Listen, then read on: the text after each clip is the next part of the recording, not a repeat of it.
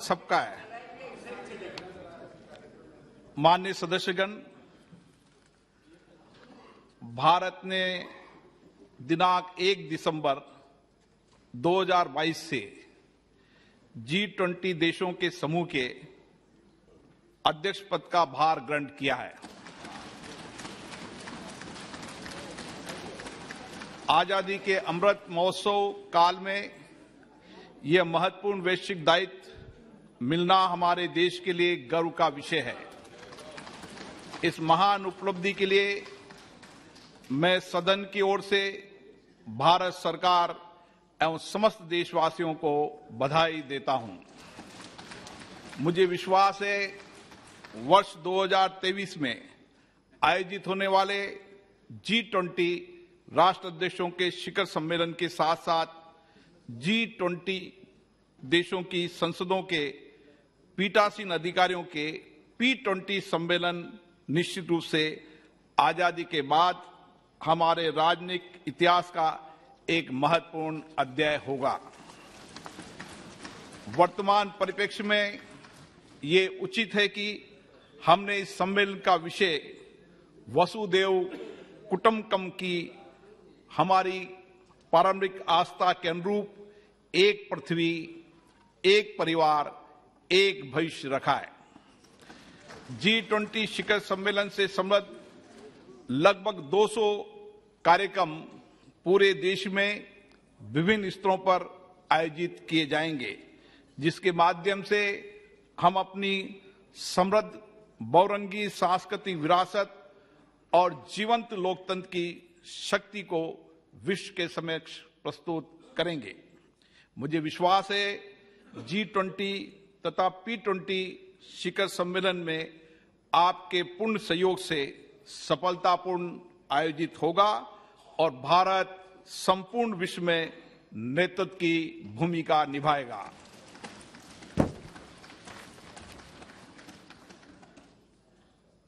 मैं सदन से आग्रह करूंगा कि इस अवसर पर समस्त देशवासियों के साथ हमारे सभी देश के जनप्रतिनिधि, चाहे लोकसभा हो, विधानसभा हो, नगरीय विकास, पंचायत राज हो, सभी संस्थाएं इसको उत्सव के रूप में मनाएंगी और हमारा जो प्राचीनतम लोकतंत्र है उसको देश और विश्व के सामने बताने का एक अच्छा अवसर है। माननीय सदस्यगण, मुझे कुछ विषयों पर स्थगन प्रस्ताव की सूचना प्राप्त हुई है। मैंने स्थगन प्रस्ताव की किसी सूचना के लिए अनुमति प्रदान नहीं की गई है।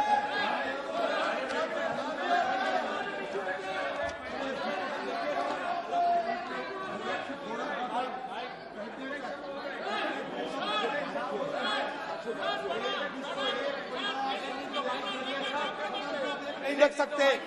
ये सरकार सदन की जो विपक्ष के जो अधिकार सब छीन सभा पटल पर रखे जाने वाले पत्र item number 3 doctor Jitendra Singh. अच्छी परंपरा है सदन के पटल के बाद, अनुमति से प्लीज सदन के पटल के बाद, संख्या परंपरा सदन के पटल के बाद, नाम के आगे सूचीबद्ध कागजात सदन के पटल के बाद सब माइक शुरू होंगे। धन्यवाद अध्यक्ष महोदय। आइटम नंबर 4 राव साहब दानवे इधर सीनियर लीडर कार्य सूची में मेरे सदन नाम के पटल पर बोलते हैं क्या? प्लीज बैठिए। कागजातों को सभा बैठिए। पटल पर रखता हूँ। The senior leader, 6th time member of parliament, please sit down. Item number 5, Shri Anupriya Singh Patel. With your permission, sir, I rise to lay on the table of the House papers mentioned against my name at serial number 5 in today's list of business. Item number C, Shri Rajiv Chandrasekhar. Sir, I rise to lay the papers listed against my name at serial number 6 in today's revised list of business. Item number 7, Srimati Darshana Jadosh. Speaker, sir, with your permission, I rise to lay on the table of the House papers mentioned against my name, serial number 7 of the Ministry of Textile, as per the today's revised list of business. Item number 8, Shri Som Prakash. Secretary, sir, with your kind permission, I lay on the table of the House papers listed against my name at serial number 8 in this list of business for today. Item number 9, Shri Vidyut Baran Mahato. अध्यक्ष महोदय, मैं आज की कार्यसूची में क्रम संख्या 9 पर मेरा नाम के समझ सूचीबद्ध विभाग संबंधित उद्योग संबंधी संसदीय स्थायी समिति के 318वें प्रतिवेदन एक प्रति सभा पटल पर रखता हूं। Item number 11 doctor Jitendra Singh. Speaker, sir, with your kind permission, I rise to lay on the table of the House a statement regarding the status of implementation of the recommendations contained in the 360th report of the Department-related Parliament Standing Committee on Science and Technology, Environment, Forests, Climate Change, on demands for grant 2022-23 pertaining to the Department of Science and Industrial Research, Ministry of Science and Technology. Thank you, Speaker, sir. Item number 12 Shrimati Arunpriya Patel. Sir, with your permission, I move the following motion, that in pursuance of Clause B of subsection 4 of Section 4 of the Tobacco Board Act 1975, read with Rule 4 of the Tobacco Board Rules 1976, the members of this House do proceed to elect, in such manner as the Speaker may direct, 2 members from amongst themselves to serve as members of the Tobacco Board, subject to the other provisions of the said Act and rules made thereunder. प्रश्न ये कि श्रीमती अनुप्रिया पटेल द्वारा प्रस्तुत प्रस्ताव को स्वीकृत किया जाए। जो सदस्य इसके पक्ष में हाँ गए, जो सदस्य विरोध में ना गए। मेरे विचार में निर्णय हाँ वालों के पक्ष में, हाँ वालों के पक्ष में प्रस्ताव स्वीकृत हुआ। Item number 13 Shri BL Verma ji. BL Verma ji, शून्यकाल। हाँ, अगर आप सब एक एक करके उठेंगे तो सबको मौका दूंगा, एक साथ उठेंगे तो कैसे मौका देंगे? आप एक एक बोलो, फिर एक बोलो, सब एक साथ उठेंगे, कैसा मौका देंगे? आप क्या बोलना चाहते हैं? आप सीनियर, कौन बोलना चाहते हैं? पहले दोनों तय कर लो, पहले एक बार। दोनों नहीं बैठोगे तो दोनों को बोलने दूंगा, तीसरे को बोलने का मौका दूंगा। आपने आइटम नंबर 13 को जिक्र किया है नहीं कोई? कहाँ है आइटम नंबर 13 वाले? Multi state cooperation. अरे नहीं मिनिस्टर नहीं है। 13 आइटम मंत्री नहीं है यहाँ। ये विषय क्या आपका खत्म हो गया? चलो बैठ जाइए। बालू जी आप बोलिए। आपने विषय क्या खत्म कर दिया? बालू जी बोलिए। आपने बोला था मंत्री। बालू जी आप बोलिए। Introduction of the item number 13, I am objecting. Introduction of item number 13. The cooperation, sir, cooperative movement is any bill enactment can. जब कोऑपरेटिव का मूवमेंट का बिल आएगा, जब विषय रखना आपको अलाउ करूंगा। बालू जी द सीनियर लीडर। नो, आप बोलिए। हाँ बोलिए आप। सर विपक्ष के लिए सदन में कोई कन्वेंशन होते हैं, कोई प्रेसिडेंट्स होते हैं, कोई सुविधा की बंदोबस्त रहते हैं। सर आपने सर इतने सालों से चलते आए, जो हमारा परंपरा है सर, ये परंपरा को खत्म करते हुए सारे स्टैंडिंग कमेटी विपक्ष से छीन लिए हैं अपने। और फिर यहाँ एक भारत, एक विश्व, एक परिवार की बात हमें सुनाया जा रहा है। मैं दूंगा आपको हमें आईटी, हमारे आईटी ले लिया गया, आपको ले लिया गया। सुदीप बाबू से सर स्टैंडिंग कमेटी चेयरमैन छीन लिया गया। क्या, क्यों ऐसा हो रहा है सर? सर ये परंपरा है। आप सुनेंगे बात? आप कहेंगे कि आप सुनेंगे बात? सर आप कहेंगे कि हाँ आप कर सकते, आप बहुत कुछ कर सकते, लेकिन कन्वेंशन ये हमारा परंपरा है सर।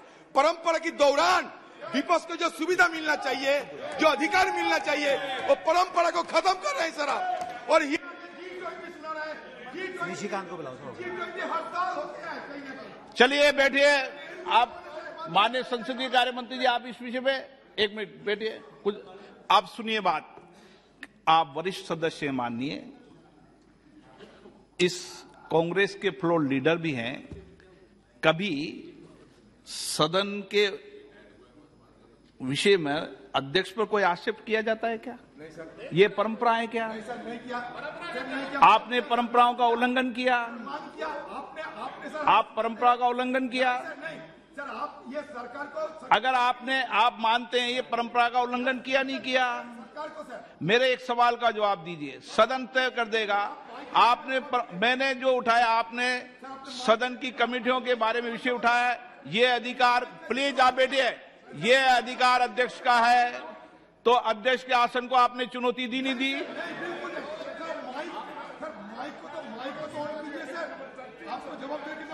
सर 13 बुलाइए सर। सर ये अपनी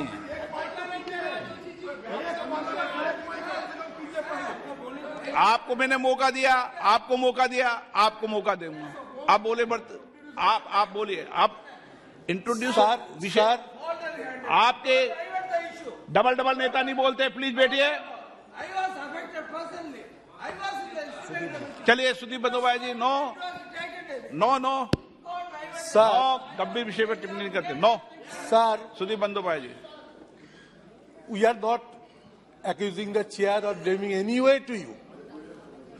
When I was called by the Parliamentary Affairs Minister himself and MOS that we are not going to give Trinamool Congress any chairmanship. We are second largest party combining Lok Sabha and Rajya Sabha members. I said, it is your decision. They said, yes, we are communicating to you. Sir, we don't want to include your name anyway in this situation. Okay. So, Trinamool Congress has not been given any chairmanship at any way, in spite of second largest party, but we are not begging for any chairmanship from this party. Please, आपके नेता बोलते तो आप मत बोलिए, please बैठिए। No sir ये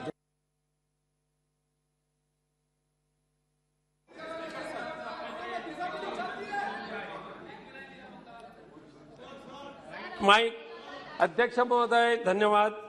मराठीमध्ये मी माझे विचार मांडू इच्छितो. आत्ताच अभी थोड़ी देर बाद मराठी में क्या लिख के दो, उसकी बात करेंगे। नहीं, चले भर्तृहरि महताब जी, श्री भर्तृहरि महताब जी, देंगे आपको मौका, देंगे। प्लीज बैठिए, मौका देंगे आपको। भर्तृहरि महताब जी, भर्तृहरि लिख के दो। हाँ, देंगे मौका।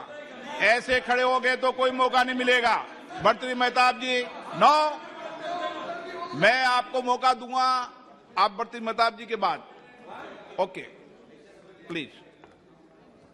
Sir, as per section 21.5 of revamped operational guideline of Pradhan Mantri Fasal Bima Yojana, perils like hailstorm, inundation, landslide, cloudburst, natural fire due to lightning have been included under a risk scenario of localized calamity.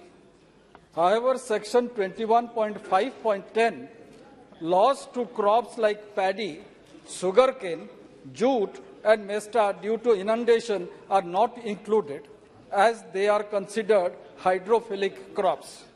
This provision is not rational as longer duration of inundation, especially at critical growth stage, definitely affect the yield of the crop.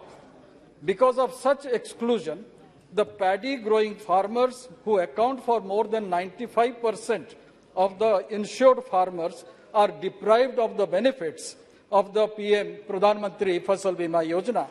As the matter has been discussed during 6th National Level Monitoring Committee meeting, I urge upon the government to make appropriate changes in the operational guidelines of Pradhan Mantri Fasal Bima Yojana. आपको मैं दूंगा मौका, please बैठ जाइए। आपको मैंने बोल दिया, सदन से व्यवस्था दी, दूंगा मौका। आप सुनिए। धर्मवीर सिंह जी। मेरी लोकसभा के अंदर सबसे ज्यादा माइनिंग है खानक, जो भिवानी डिस्ट्रिक्ट में है, दादरी के साथ और नारनौल के अंदर। तो मैं आपके माध्यम से माननीय मंत्री जी से प्रार्थना करना चाहता हूं कि लाखों की संख्या में वहां मजदूर काम करता है माइनिंग के अंदर, लेकिन हर रोज बीमारियां बड़ी तेजी से बढ़ रही हैं, दुर्घटनाएं भी बहुत होती हैं। तो ईएसआई हॉस्पिटल जहां या तीनों जगह जो क्षेत्र भिवानी जिले में, दादरी में और नारनौल में पड़ते हैं, वहां पर तीनों जगह ईएसआई हॉस्पिटल जरूर बनाए जाए। Thank you. Shri Ganesh Singh ji. Rail मंत्रालय विंध्य एवं बुंदेलखंड के पिछड़ेपन को दूर करने के लिए ललितपुर सिंगरौली रेल मार्ग का निर्माण कर रहा है। यद्यपि यह योजना बहुत विलंब से चल रही है, किसानों की जमीन का अभी तक पूरी तरह से मुआवजा भी नहीं मिला। ललितपुर सिंगरौली निर्माणाधीन रेल मार्ग में मेरे लोकसभा क्षेत्र सतना का रीवा से तुर्की, सतना, नागौर, देवेंद्रनगर, पन्ना तक का मार्ग आता है। जिन किसानों की जमीन अधिग्रहित की गई है उनके आश्रितों को नौकरी देने के जो आदेश इस पूरे प्रोजेक्ट के लिए रेल बोर्ड ने 2010 में किया था, उसी के तहत सतना पन्ना में 1207, सतना रीवा डबलिंग में 469 आवेदन प्राप्त हुए, जिसमें सतना पन्ना में 276 आवेदकों को नौकरी दी गई है। जबकि इसी प्रोजेक्ट का हिस्सा रीवा सतना डबलिंग में एक को भी अभी तक नौकरी नहीं दी गई, जबकि रीवा सीधी सिंगरौली के बीच 2082 लोगों के आवेदन पत्र, 1153 लोगों की नौकरी दी जा चुकी है। शेष आवेदनों में विचार बंद कर दिया गया। मेरे लोकसभा में लगाए गए अतारांकित प्रश्न का उत्तर 171 11 नवंबर 19 को दिया, जिनमें किसानों को भूमि अधिग्रहण की गई जमीन आश्रितों को नौकरी देने का निर्णय वापस ले लिया गया। वर्ष 2010 में रेल मंत्रालय ने एक निर्णय लिया था कि इस परियोजना में जिन किसानों की जमीन अधिग्रहित की जाएगी उनके आश्रितों को नौकरी दी जाएगी। उसी के तहत कुछ लोगों को नौकरी भी दी गई, लेकिन शेष प्रभावित किसानों के बच्चे भटक रहे हैं, उनको नौकरी अभी तक नहीं दी जा रही। एक ही परियोजना में कुछ को लाभ दिया गया, कुछ को नहीं दिया गया। यह न्याय उचित नहीं है। मैं रेल मंत्री जी से मांग करता हूं कि मेरे लोकसभा क्षेत्र सतना के अंतर्गत आने वाले सभी जो किसानों के हितग्राहियों की जमीन ली गई है उनके बच्चों को नौकरी दी जाए। धन्यवाद। नाल सिंह बिसेन। अध्यक्ष महोदय, माननीय अध्यक्ष महोदय, मैं आपके माध्यम से दूरसंचार मंत्री जी का ध्यान आकर्षित करना चाहता हूं कि वर्तमान में भारत देश डिजिटल इंडिया की अवधारणा पर आगे बढ़ रहा है। वर्तमान में ग्रामीण क्षेत्रों में BSNL इंडिया, आइडिया, जियो आदि कंपनियों के मोबाइल टावर लगे हैं, जिनमें कवरेज की काफ़ी समस्या है। विशेषकर BSNL की स्थिति बहुत खराब है। आए दिन मोबाइल टावर काम करना बंद कर देते हैं। संसदीय क्षेत्र बालाघाट सिवनी के बालाघाट जिले में एवं सिवनी में ग्रामों एवं सुदूर क्षेत्रों में नेटवर्क की बहुत समस्या है। मेरे संसदीय क्षेत्र के अंतर्गत बालाघाट जिला नक्सल प्रभावित जिला है। मोबाइल नेटवर्क न होने के कारण ग्रामीण जनों को काफ़ी समस्याओं का सामना करना पड़ता है। लंबे समय से टावर बंद रह रहे हैं, साल भर तक इनकी कोई देखरेख नहीं हो रही, सुधारा नहीं जा रहा है। मेरे द्वारा सक्षम अधिकारियों को बार बार अवगत कराने के बाद भी इस पर संज्ञान न लिया जाना उचित नहीं है। जहां टावर प्रारंभ होते हैं वहां भी कवरेज और डाटा की गति कम होने से अत्यधिक समस्या बनी है। नेटवर्क बंद रहने और डाटा गति कम रहने से बैंकों के काम, छात्रों की पढ़ाई, नौकरी पेशा व्यक्ति और पंचायत कार्य, सोसाइटी में राशन वितरण कार्य आदि डिजिटल हो चुके हैं, प्रभावित होते हैं। भारत सरकार डिजिटल इंडिया की अवधारणा को नुकसान पहुंचा जा रहा है। एक और जहां हम 5G के दौर में आ गए हैं, वहीं ग्रामीण क्षेत्रों में BSNL पुरानी 2G और 3G की गति में है। नगरीय क्षेत्रों का भी यही हाल है। इसके पूर्व भी मेरे द्वारा सदन का ध्यान इस ओर आकृष्ट कराया गया था। मैं पुनः सदन के माध्यम से आग्रह करना चाहता हूं कि ग्रामीण एवं नगरीय क्षेत्रों में BSNL की व्यवस्थाएं सुधारे जाने और ग्रामीण क्षेत्रों में बंद सभी टावरों को तत्काल प्रारंभ करने का कष्ट करेंगे। साथ ही अधिकारी और कर्मचारियों की संख्या काफी कम है, उनको भी पूर्ति करने का कष्ट करेंगे। D Ravi Kumar. Respected Speaker, sir, I would like to bring your kind attention on a very important issue. Despite caste-based discrimination being outlawed in every sphere of life, burial grounds and crematoriums continue to be segregated on the lines of caste. Multiple judgments of the Madras High Court have addressed the issue and directed the caste-based burial grounds and crematorium be abolished. As early as 2008, Justice Chandru had ruled against caste-based burial grounds, and as recently as in 2021 and 22, the same has been reiterated. The cases of B. Kalaiselvi and others versus the District Collector of Kallakurichi and the Muthusamy and others versus B. Venila and others, respectively. Yet, this practice continues to be abound in most parts of the country. In light of the current situation, I request that a nationwide policy for government burial grounds and crematoriums be created and implemented. Article 14 of the Indian Constitution protects the right Mr. to Baluji, equality. You are member of the ruling party. Vishay of the state. Sir, state subject. Okay. I request the Union government to formulate a policy. This right to equality. The ruling party member of parliament. Yeah. It is prevailing in all over the country, sir. In 20 in 2014, आपने subject लिखा तमिलनाडु का, sir, आप subject लिखते पूरे no, देश sir, का। in 2014, the Karnataka state No government 14. have 2022. brought out a policy and No 14. Okay. yes, 2014 Karnataka. TN Prathapan. They TN Prathapan. Okay. Yes.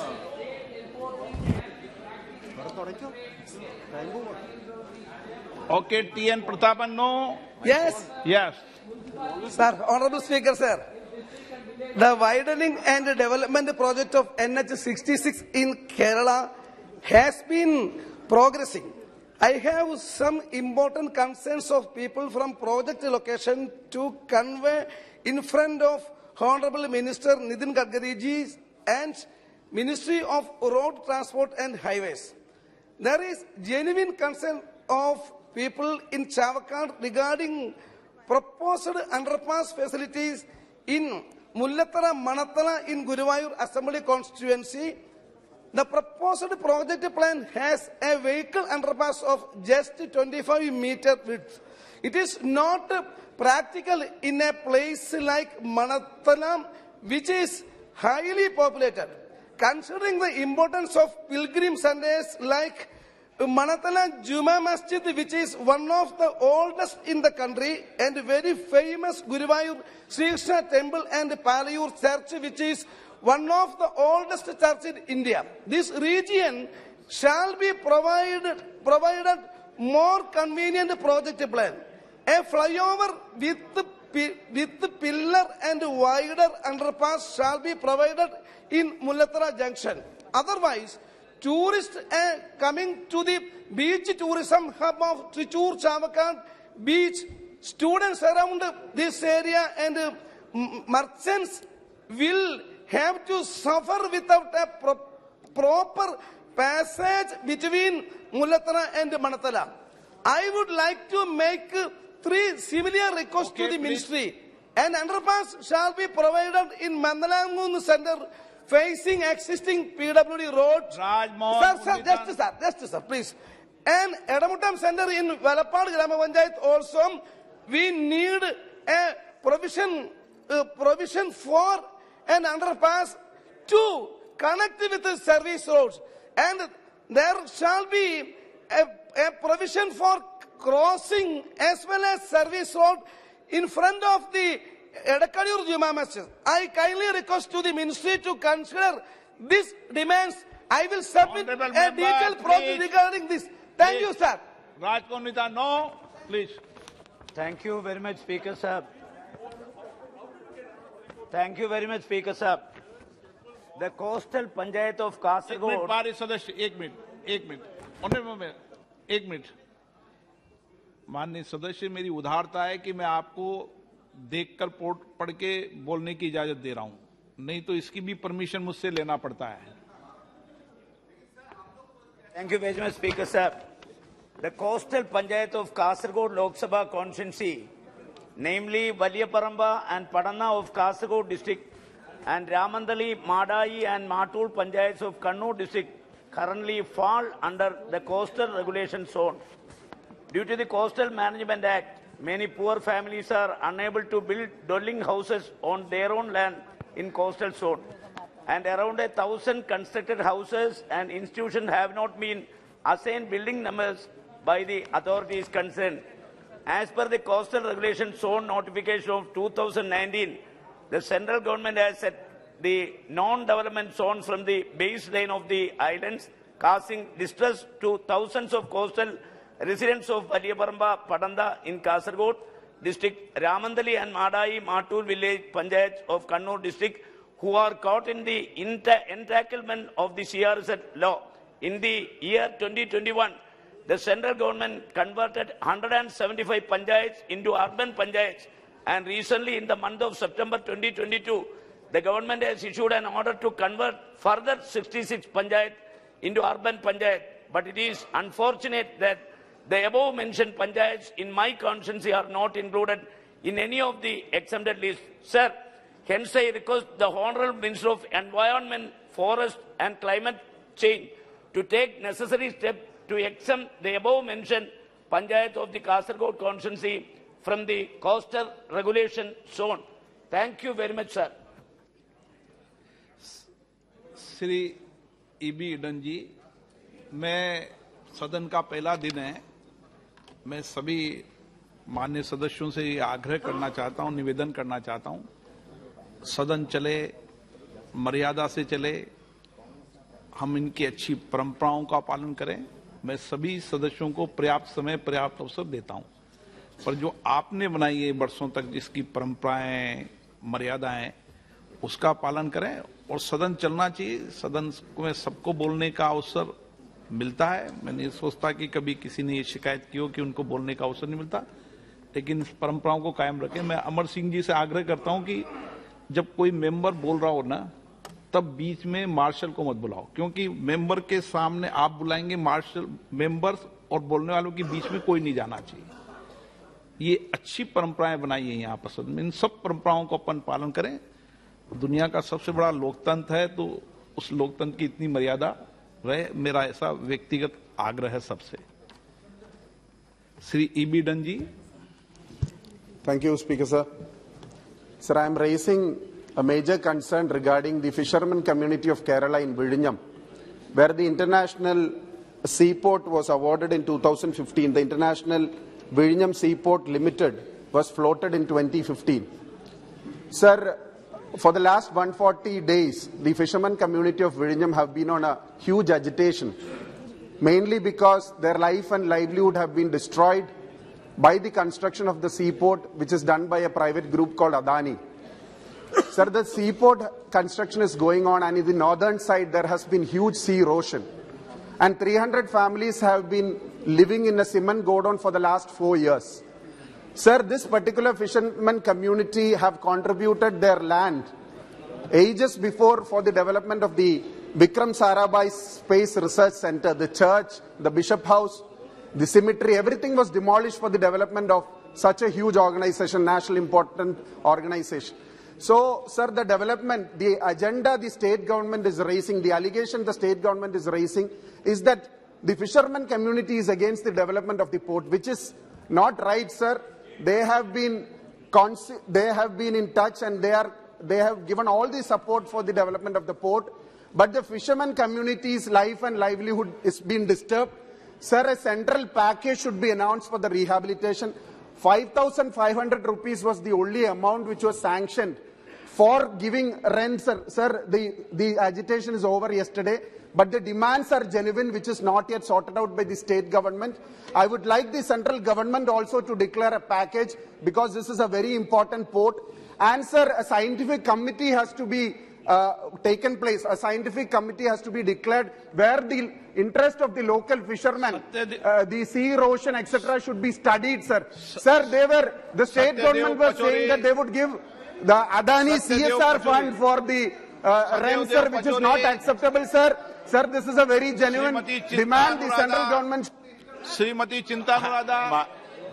माननीय अध्यक्ष महोदय, मैं आपके माध्यम से माननीय गृह मंत्री का ध्यान इस देश में बढ़ती हुई जनसंख्या की ओर दिलाना चाहता हूं। माननीय अध्यक्ष महोदय, जिस तेजी से देश की जनसंख्या बढ़ रही है, उस तेजी से देश के संसाधन सिकुड़ रहे हैं। हमारे यहाँ खेती की जमीन सीमित है, आवास की जमीन सीमित है, जल के संसाधन सीमित है, बेरोजगारी बढ़ेगी, रहने की समस्या बढ़ेगी। इसीलिए मेरा ध्यान माननीय गृह मंत्री से है कि जनसंख्या नियंत्रण के लिए कोई परामर्श करके कानून बनाया जाए। पूर्व में भी इस बात की मांग रही है। Thank you, Speaker, sir. Today, I would like to bring to your kind attention an important issue relating to women, sir.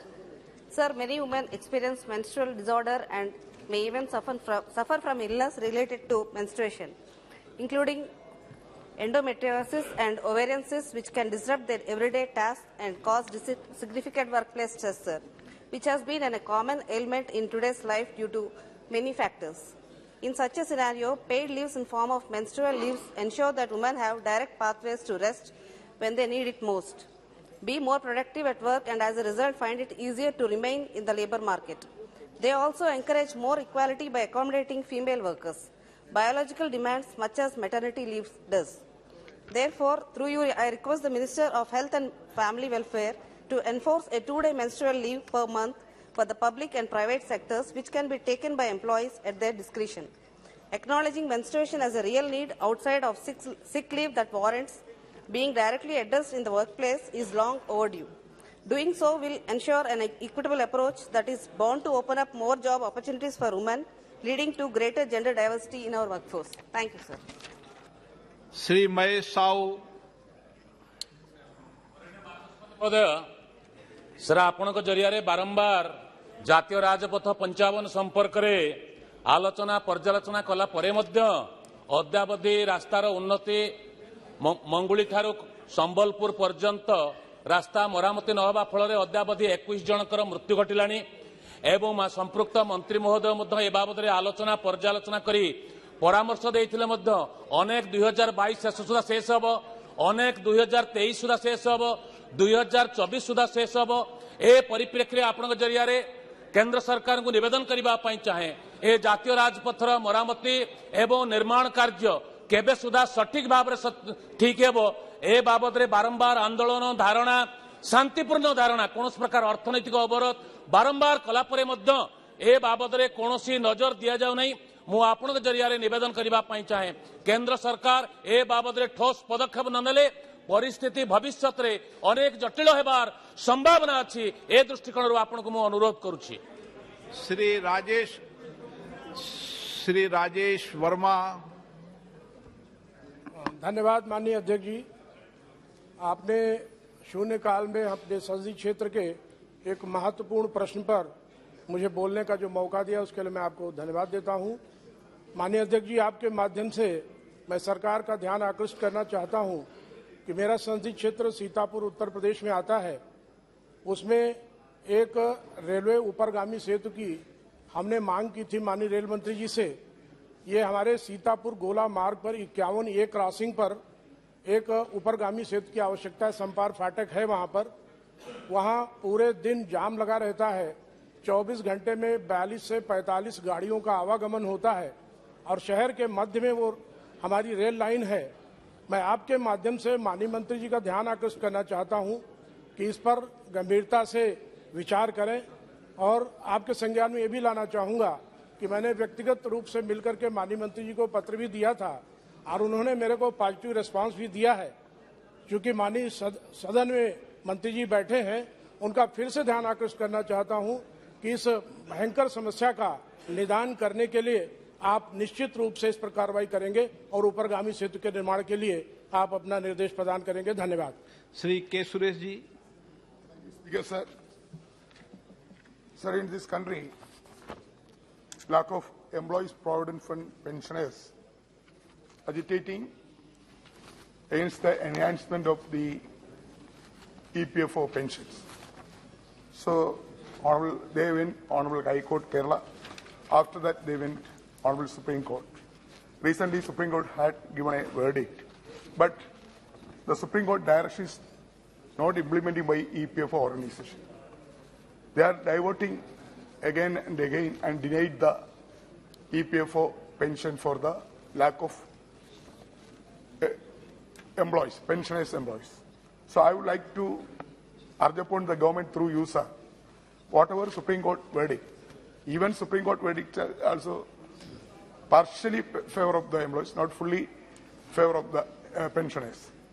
But at the same time, EPFO pensioners are no any other option. Honorable Supreme Court verdict is final.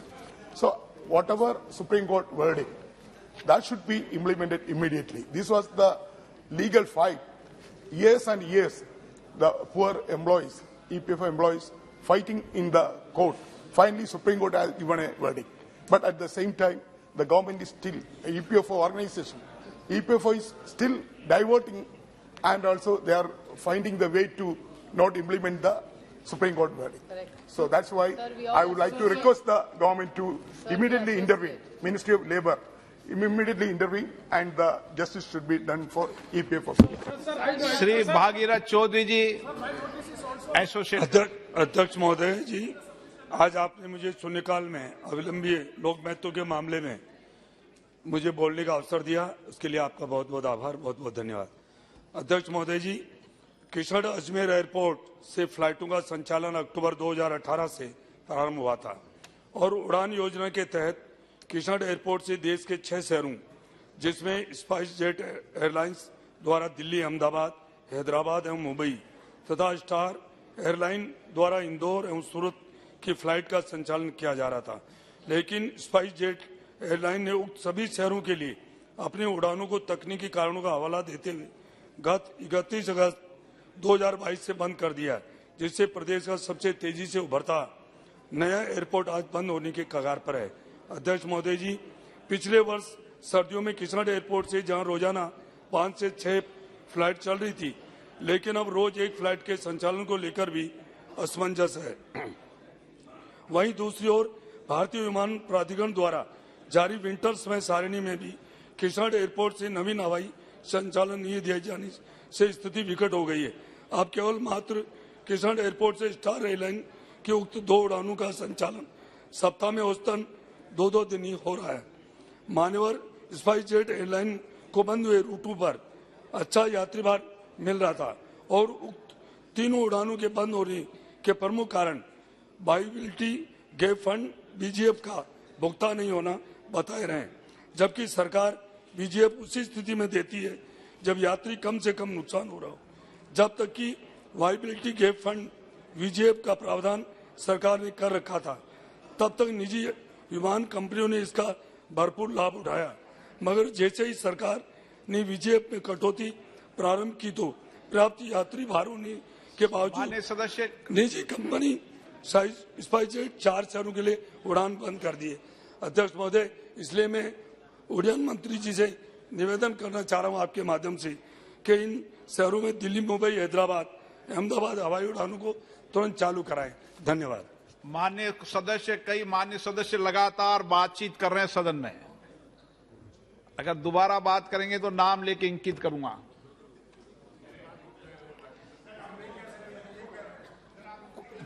मैंने नाम नहीं लिया अभी। जसवीर सिंह जी। धन्यवाद speaker sir, आप जी ने मैनू एक बहुत इंपॉर्टेंट मुद्दे दे उत्ते बोलण दा मौका दिता है। सर, पंजाब दे विच काले दौर दे विच कुछ साडे ही बच्चे सी, जदों काला दौर तां चला गया पर बहुत पीड़ा जिहड़ी आ सानू पिछे छड्ड गया। ਉਹਦੇ ਵਿੱਚ ਜਜ਼ਬਾਤਾਂ ਦੇ ਵਿੱਚ ਬਹਿ ਕੇ ਕੁਝ ਸਾਡੇ ਬੱਚੇ ਜਿਹੜੇ ਆ ਉਹ ਖਾੜਕੂਵਾਦ ਦੇ ਵਿੱਚ ਸ਼ਾਮਲ ਹੋ ਗਏ। ਉਹਦਾ ਨਤੀਜਾ ਇਹ ਨਿਕਲਿਆ ਕੁਝ ਉਹ ਜਦੋਂ ਇਸ ਦਾ ਬੁਰੀ ਤਰ੍ਹਾਂ ਫਸ ਗਏ ਕਿ ਉਹ ਪੁਲਿਸ ਵੱਲੋਂ ਫੜੇ ਗਏ, ਅਦਾਲਤਾਂ 'ਚ ਕੇਸ ਚੱਲੇ, ਅਦਾਲਤਾਂ ਨੇ ਉਹਨਾਂ ਨੂੰ ਸਜ਼ਾ ਵੀ ਸੁਣਾਈ। ਸਰ ਉਹ ਆਪਣੀ ਸਜ਼ਾ ਪੂਰੀ ਕਰ ਗਏ ਨੇ। ਉਹ ਕੋਈ ਆਮ ਅਪਰਾਧੀ ਨਹੀਂ, ਇੱਕ ਜਿਹੜੇ ਜਜ਼ਬਾਤਾਂ ਦੇ ਵਿੱਚ ਬਹਿ ਗਏ ਸਨ, ਇੱਕ ਜਿਨ੍ਹਾਂ ਨੂੰ ਮੈਂ ਇਹ ਕਹਾਂ ਕਿ ਉਹ ਇੱਕ ਸਿਆਸੀ ਜਿਹੜੀ ਆ ਉਹਨਾਂ ਦੀ ਸੋਚ ਸਾਡੇ ਨਾਲ ਨਹੀਂ ਸੀ ਰਲਦੀ, ਉਹ ਸਜ਼ਾ ਉਹਨਾਂ ਭੁਗਤ ਲੀਆਂ। ਪਰ ਅੱਜ ਵੀ ਪਰਮਜੀਤ ਸਿੰਘ, ਜਗਤਾਰ ਸਿੰਘ, ਲਖਵਿੰਦਰ ਸਿੰਘ, ਸ਼ਮਸ਼ੇਰ ਸਿੰਘ, ਗੁਰਬੀਰ ਸਿੰਘ, ਗੁਰਦੀਪ ਸਿੰਘ, ਦਵਿੰਦਰਪਾਲ ਸਿੰਘ ਵੱਖ-ਵੱਖ ਦੇਸ਼ ਦੀਆਂ ਜੇਲ੍ਹਾਂ ਦੇ ਵਿੱਚ ਕੈਦ ਪੂਰੀ ਕਰਕੇ ਸਰ ਉਹ ਜਿਹੜੇ ਆ ਅੱਜ ਵੀ ਜੇਲ੍ਹਾਂ ਦੇ ਵਿੱਚ ਸੜ ਰਹੇ ਆ। ਮੇਰੀ ਸਰ ਤੁਹਾਡੇ ਰਾਜ ਸਰਕਾਰ ਨੂੰ ਅਪੀਲ ਹੈ ਕਿ ਇਹਨਾਂ ਨੂੰ ਇੱਕ ਆਮ ਅਪਰਾਧੀ ਦੀ ਤਰ੍ਹਾਂ ਨਾ ਇੱਕ ਸਿਆਸੀ ਅਪਰਾਧੀ ਦੀ ਤਰ੍ਹਾਂ ਡੀਲ ਕੀਤਾ ਜਾਵੇ। ਇਹਨਾਂ ਦਾ ਚਾਲ ਚੱਲਣ ਜਿਹੜਾ ਇਹਨਾਂ ਨੇ ਕੈਦ ਕੱਟੀ ਬਹੁਤ ਵਧੀਆ ਰਿਹਾ। ਇਹਨਾਂ ਨੇ ਇੱਕ ਚੰਗੇ ਆਚਰਣ ਦਾ ਸਬੂਤ ਦਿੱਤਾ ਹੈ। ਇਹਨਾਂ ਨੂੰ ਰਾਈਟ ਆਫ ਫਰੀडम ਇਹਨਾਂ ਦੇ ਦੀ ਕਦਰ ਕੀਤੀ ਜਾਵੇ, ਇਹਨਾਂ ਦੇ ਹਿਊਮਨ ਰਾਈਟਸ ਦਾ ਜਿਹੜਾ ਖਿਆਲ ਰੱਖਿਆ ਜਾਵੇ ਤੇ ਇਹਨਾਂ ਨੂੰ ਤੁਰੰਤ ਰਿਹਾ ਕੀਤਾ जाए। धन्यवाद। धन्यवाद माननीय अध्यक्ष महोदय, मेरा संसदीय क्षेत्र उदयपुर राजस्थान एक आदिवासी बहुल्य क्षेत्र है। इस क्षेत्र में कई ऐसे मार्ग हैं जो अभी तक 2 लाइन में ही बने हुए हैं, जिससे काफ़ी दुर्घटनाओं की संभावना बनी रहती है। इसी के अनुरूप मैं सरकार से मांग करता हूं कि स्टेट हाईवे नंबर 36 जो उदयपुर सलूम्बर बांसवाड़ा तक 2 लेन में बना गया है। इस मार्ग को राष्ट्रीय राजमार्ग घोषित कर 4 लेन में बदलकर उदयपुर, सलुम्बर, बांसवाड़ा, रतलाम, मध्य प्रदेश तक करवाने का श्रम करावे, जिससे इस मार्ग पर होने वाली दुर्घटनाओं में कमी आएगी और आम जनता को एक राष्ट्रीय राजमार्ग का लाभ मिल जाएगा। धन्यवाद। श्री मोहम्मद फैजल जी। Thank you very much, Honorable Speaker, sir, for allowing me to raise a very important issue. The issue is the need of a legislative assembly has been a long cherished and desire of the people of Lakshadweep. So that desire has gone into an inevitable part within these years, sir. The reason why the people, its people and the elected representatives have no say in any of the decisions which is crucial for their existence, sir. For instance, say the new panchayat regulation, the mass land acquisition, repealing of the land tenancy regulation 2019, stopping of our 15 years perspective plan, the shipping sector, stoppage of the specialty doctor services, welfare scheme for the farmers and fishermen, employment ko lekar, sir. All these issues, people have been protesting in the road for the last so many months, and now there is a continuous relay strike going in the capital city for just a single demand, which we are celebrating the 75th year of our independence, where the people of Lakshadweep do not have that sort of. So my simple submission is that single demand is to have a legislative system where people's aspirations are discussed and a consultative mechanism is developed so as to ensure the democratic right of the people. My urge with the Home Ministry is that when we celebrate the 75th year of our independence, let the people of Lakshadweep also enjoy the freedom of self-governance. Thank you so much. Chandrasekhar Sahu. Thank you, Speaker, sir. Sir, under area expansion for fruit crop and floriculture has been a major component under Mission for Integrated Development of Horticulture, under National Horticulture Mission. And under this, 24 districts of my state are covered.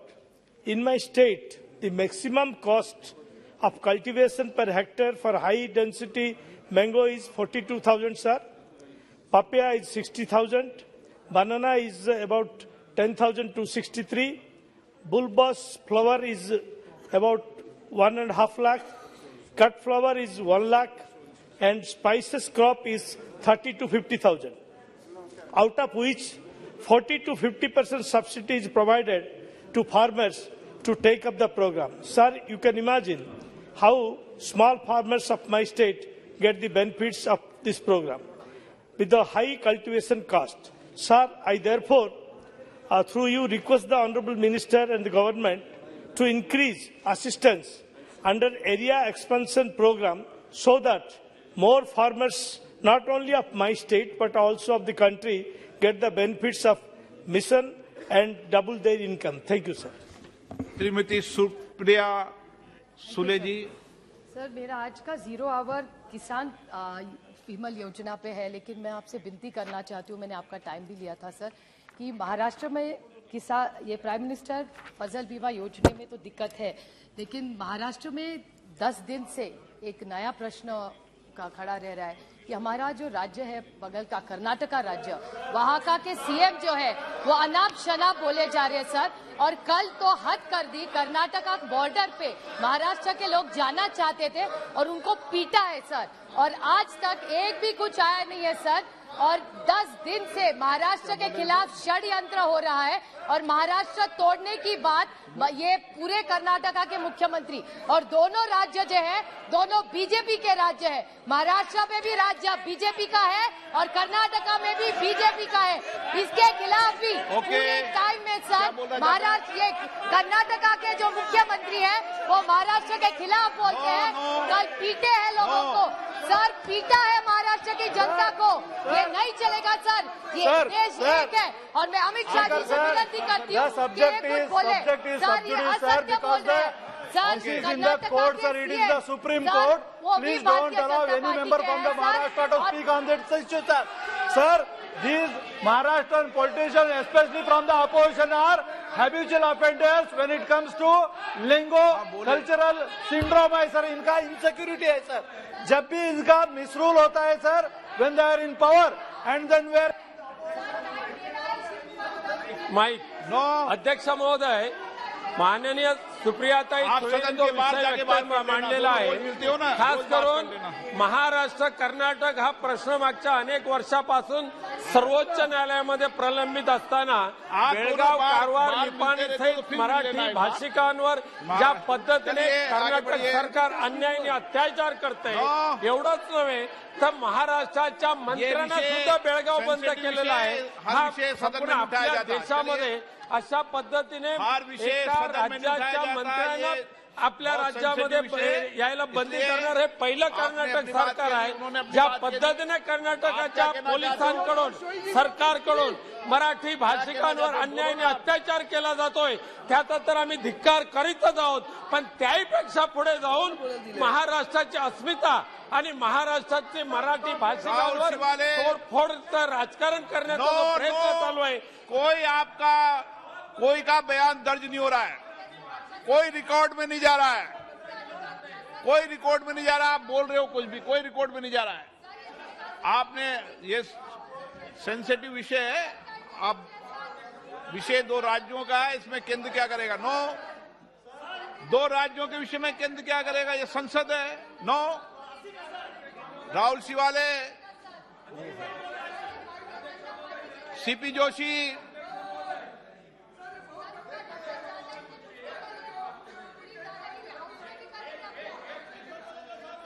CP Joshi. धन्यवाद अध्यक्ष महोदय, आपने एक महत्वपूर्ण विषय पर मुझे बोलने का अवसर दिया। मोदी जी की सरकार बनने के बाद चित्तौड़ संसदीय क्षेत्र को अनेक सौगातें मिली है जो पिछले 60 वर्षों में नहीं मिल पाई।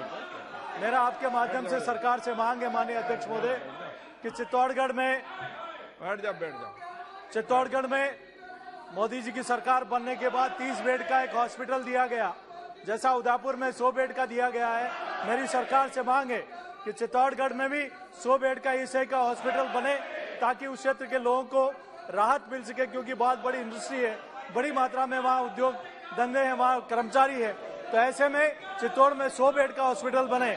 और प्रतापगढ़ में सरकार ने ऑफिस तो खोल दिया कर्मचारियों के लिए, लेकिन एक मांग और मेरी सरकार से रहेगी कि वहाँ 6 बेड की डिस्पेंसरी खुल जाए ताकि केंद्रीय कर्मचारियों के लिए वहाँ लाभ मिल सके। और रावतभाटा में आरएपीपी का एक बहुत बड़ा न्यूक्लियर पावर प्लांट है, वहाँ भी अगर एक हॉस्पिटल बन जाएगा लेबर विभाग का, तो निश्चित रूप से वहाँ हजारों लाखों हमारे श्रमिक भाइयों को लाभ मिलेगा। बहुत बहुत धन्यवाद अध्यक्ष महोदय। धन्यवाद अध्यक्ष महोदय। प्लीज बैठे। पूर्व में ये परंपरा रहा है कि उत्तर पूर्वांचल के जितने भी प्रोजेक्ट्स हैं, उन प्रोजेक्ट्स में जो केंद्रीय सरकार है 90% या 80% देती है और उत्तर पूर्वांचल के राज्य 10% या 20% देती है। जब मैंने दरखास्त की रेलवे विभाग से कि हमारे लोकसभा क्षेत्र में सुंगाजान और टेंगानी में लेवल क्रॉसिंग चाहिए, तो उत्तर आता है रेलवे विभाग से कि पूरा 100% जो फंडिंग है आरओबी या आरयूबी का, वो राज्य सरकार से आता है। तो मेरी दरखास्त है कि रेलवे विभाग पुरानी परंपरा के तहत आरओबी और आरयूबी जो उत्तर पूर्वांचल के राज्यों में है, विशेष रूप से मेरे लोकसभा सुंगाजान और टेंगानी में, उसमें भी 80-20 या 90-10 का प्रतिशत का फंडिंग का व्यवहार करे। धन्यवाद। गिरीश चंद जी। गिरीश चंद।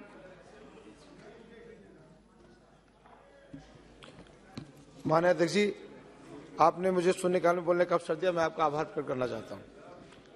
माननीय अध्यक्ष जी, आपके माध्यम से सरकार के संज्ञान में लाना चाहूंगा कि हमारे संसद क्षेत्र नगीना में एक बसी करतु रेलवे स्टेशन है। कोट द्वार से चलने वाली ट्रेन सिद्धवली जनशताब्दी, जिसका नंबर 12037/12038 है, यह बसी करतु रेलवे स्टेशन से होकर पुरानी दिल्ली जाती है। इस क्षेत्र की जनता लगभग 7.5 वर्षों से इस गाड़ी को की बसी करतु स्टेशन में स्टॉपेज के लिए साप्ताहिक धरना प्रदर्शन भी चला रहा है, किंतु अभी तक सरकार की तरफ से कोई सकारात्मक पहल नहीं की गई है। मैं आपके माध्यम से माननीय मंत्री जी से विश्वास दिलाना चाहता हूं कि इस गाड़ी का स्टॉप अस्थायी रूप से इस स्टेशन पर कर दिया जाए। यदि रेल राजस्व में बढ़ोतरी नहीं हुई तो स्टॉपेज को रद्द कर सकते हैं। ये आसपास के रेलवे स्टेशनों से ज्यादा महत्वपूर्ण स्टेशन है।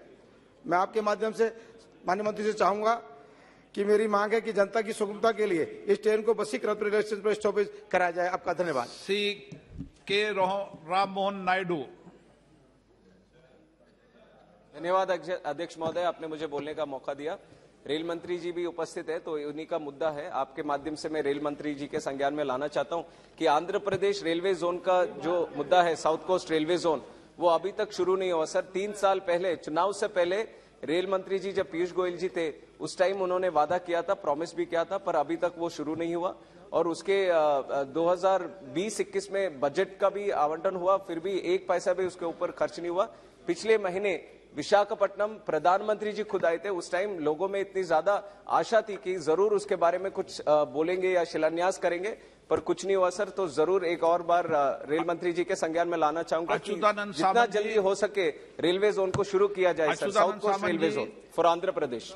Honorable Speaker, sir, through you, I, on behalf of my party Biju Janata Dal, urge the centre, particularly Honorable Finance Minister, to withdraw the GST on Kendu leaves in greater interest of the livelihood of lakhs of Kendu leaf pluckers and associated staff. Kendu leaves, a minor forest product, is the financial backbone of about 8 lakhs Kendu leaf pluckers, binders and seasonal workers of Odisha, and mostly belonging to the tribal community and the poorest of the poor of society. The tribal people collect the leaves as part of their right defined under the Scheduled Tribes and other traditional forest dwellers Recognition of Forest Right Act 2006. They have the right to procure and sell these products. 18% GST on Kendu leaves is affecting the trade and livelihood of pluckers. The tax needs to be withdrawn for the greater interest of the poor people in Odisha, particularly tribals. This in turn affects the livelihood of Kendu leaves, pluckers, binders, seasonal workers, and also implementation of social security and welfare schemes for them. Our Honorable Chief Minister of the Odisha state has expressed his concern and also written the same letter to the Centre and Finance Minister. Thank you very much, sir. Shri Jagnapal ji. अध्यक्ष जी, मैं आपका बहुत आभारी हूँ कि जो एक अत्यंत लोक महत्व का विषय है, उत्तर प्रदेश में अक्टूबर में इस बार अप्रत्याशित बाढ़ आई, जिसके कारण 21 जनपद के लगभग 2235 गांव बाढ़ से महरूम हो गए। हमारे सिद्धार्थनगर के 580 गांव, जिसमें इस बार पहली बार हुआ, मतलब मानसून सेशन कभी जुलाई, अगस्त, सितंबर के बाद कभी बारिश नहीं हुई थी। ये पहली बार अप्रत्याशित बारिश अक्टूबर में हुई और कुछ नेपाल की नदियों का पानी आया, जिसके कारण सड़कें टूट गईं, जिसके कारण एक लगातार 8,730 हेक्टेयर में पूरी फसल खराब हो गई और किसानों के सामने आज ये स्थिति रवि के लिए।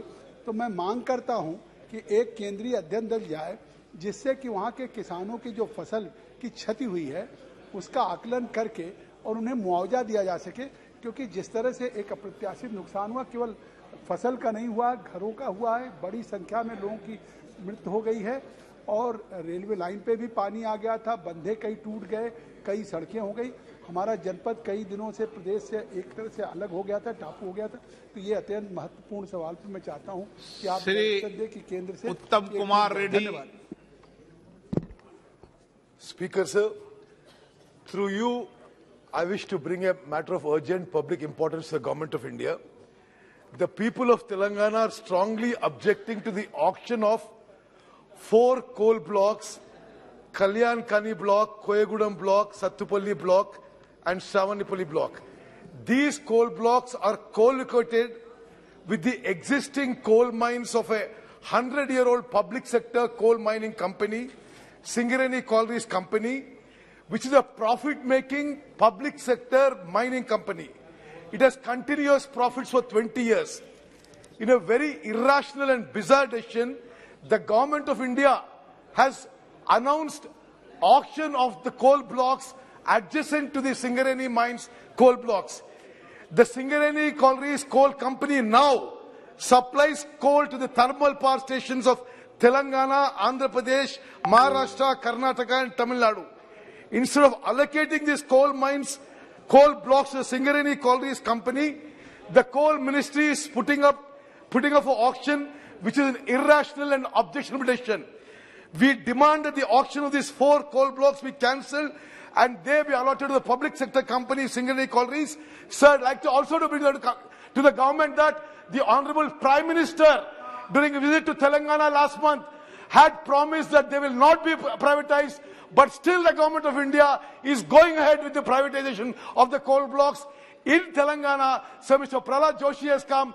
He has replied last time, but he's replied that this is a government decision. There is no logic to it.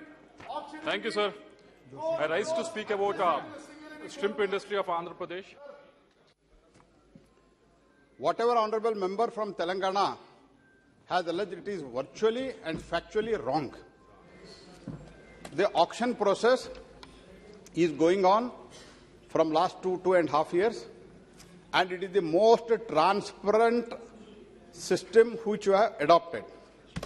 So far, nobody has alleged anything against the system of transparent system of auction, and this is also beneficial to the state. If state wants, they can participate, and there are many states, for example, where there is no Bharatiya Janata Party ruling. You please listen. No. आप बोलिए. Sir, first of all, I would like to tell about the auction process. You give me 1 minute, sir. Then auction. I will tell. You tell me, please. You tell me whatever is happening. This is the process of through a transparent auction method. It is happening. And as far as privatization is concerned, 51% is with Telangana government and 49% is with us. How can you privatize it? And see, this is not the question of allocating the coal blocks. It is through auction. Everybody has to participate through auction. This is the system we have adopted now. And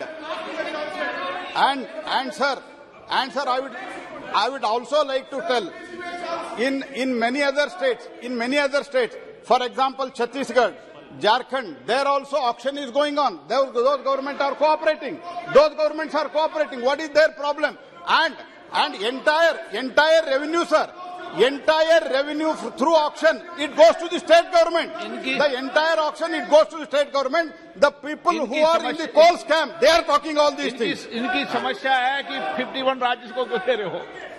जो कोल scam में करोड़ों रुपए का कोल scam किए थे, वो लोग ये ट्रांसपेरेंट सिस्टम नहीं चाहते हैं.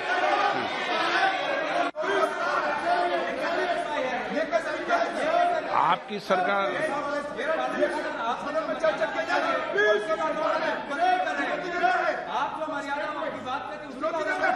लाओ श्री कृष्णा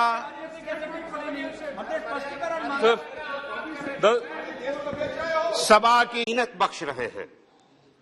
मैं ईश्वर से दुआ करता हूं कि आप सेहत व आफियत के साथ इस सदन को आगे बढ़ाते रहें. और बड़ी खुशी होती है जब मुझे बैठाल कर कोई मेरी तारीफ करता है और सच्चाई बयान करता है. और कितना खुश हूं कि आप बैठे इस जीनत भरी कुर्सी पर हैं और सारे लोग आपके ताल्लुक से बड़ी बड़ी बातें कह रहे हैं. ये बड़ा ही बहुस्न खूबी का मौका है. बहुत बहुत शुक्रिया. इमरान प्रतापगढ़ी. आदरणीय सभापति महोदय, आपका बहुत बहुत स्वागत है, खैर मकदम है. ये वो पहले शब्द हैं जो मैं इस हाउस में पहली बार बोल रहा हूं. पिछली बार विदाई समारोह था तो ऐसा मौका आया था कि मैं बोलूं, लेकिन मुझे लगा कि नहीं, मैं स्वागत समारोह में बोलूंगा तो ज्यादा अच्छा रहेगा. मैं बस 1 मिनट आपका समय चाहता हूं. बस मैं आपसे ये कहना चाहता हूं कि मैं इस सदन में दूसरा सबसे कम उम्र का सदस्य हूं. तो मेरी गुजारिश आपसे ये है कि ये जो दीवारें हैं ये सिर्फ ईंट, गारे और लकड़ी से बनी हुई नहीं है. इसमें न जाने देश के करोड़ों लोगों की भावनाएं और जज्बात शामिल हैं.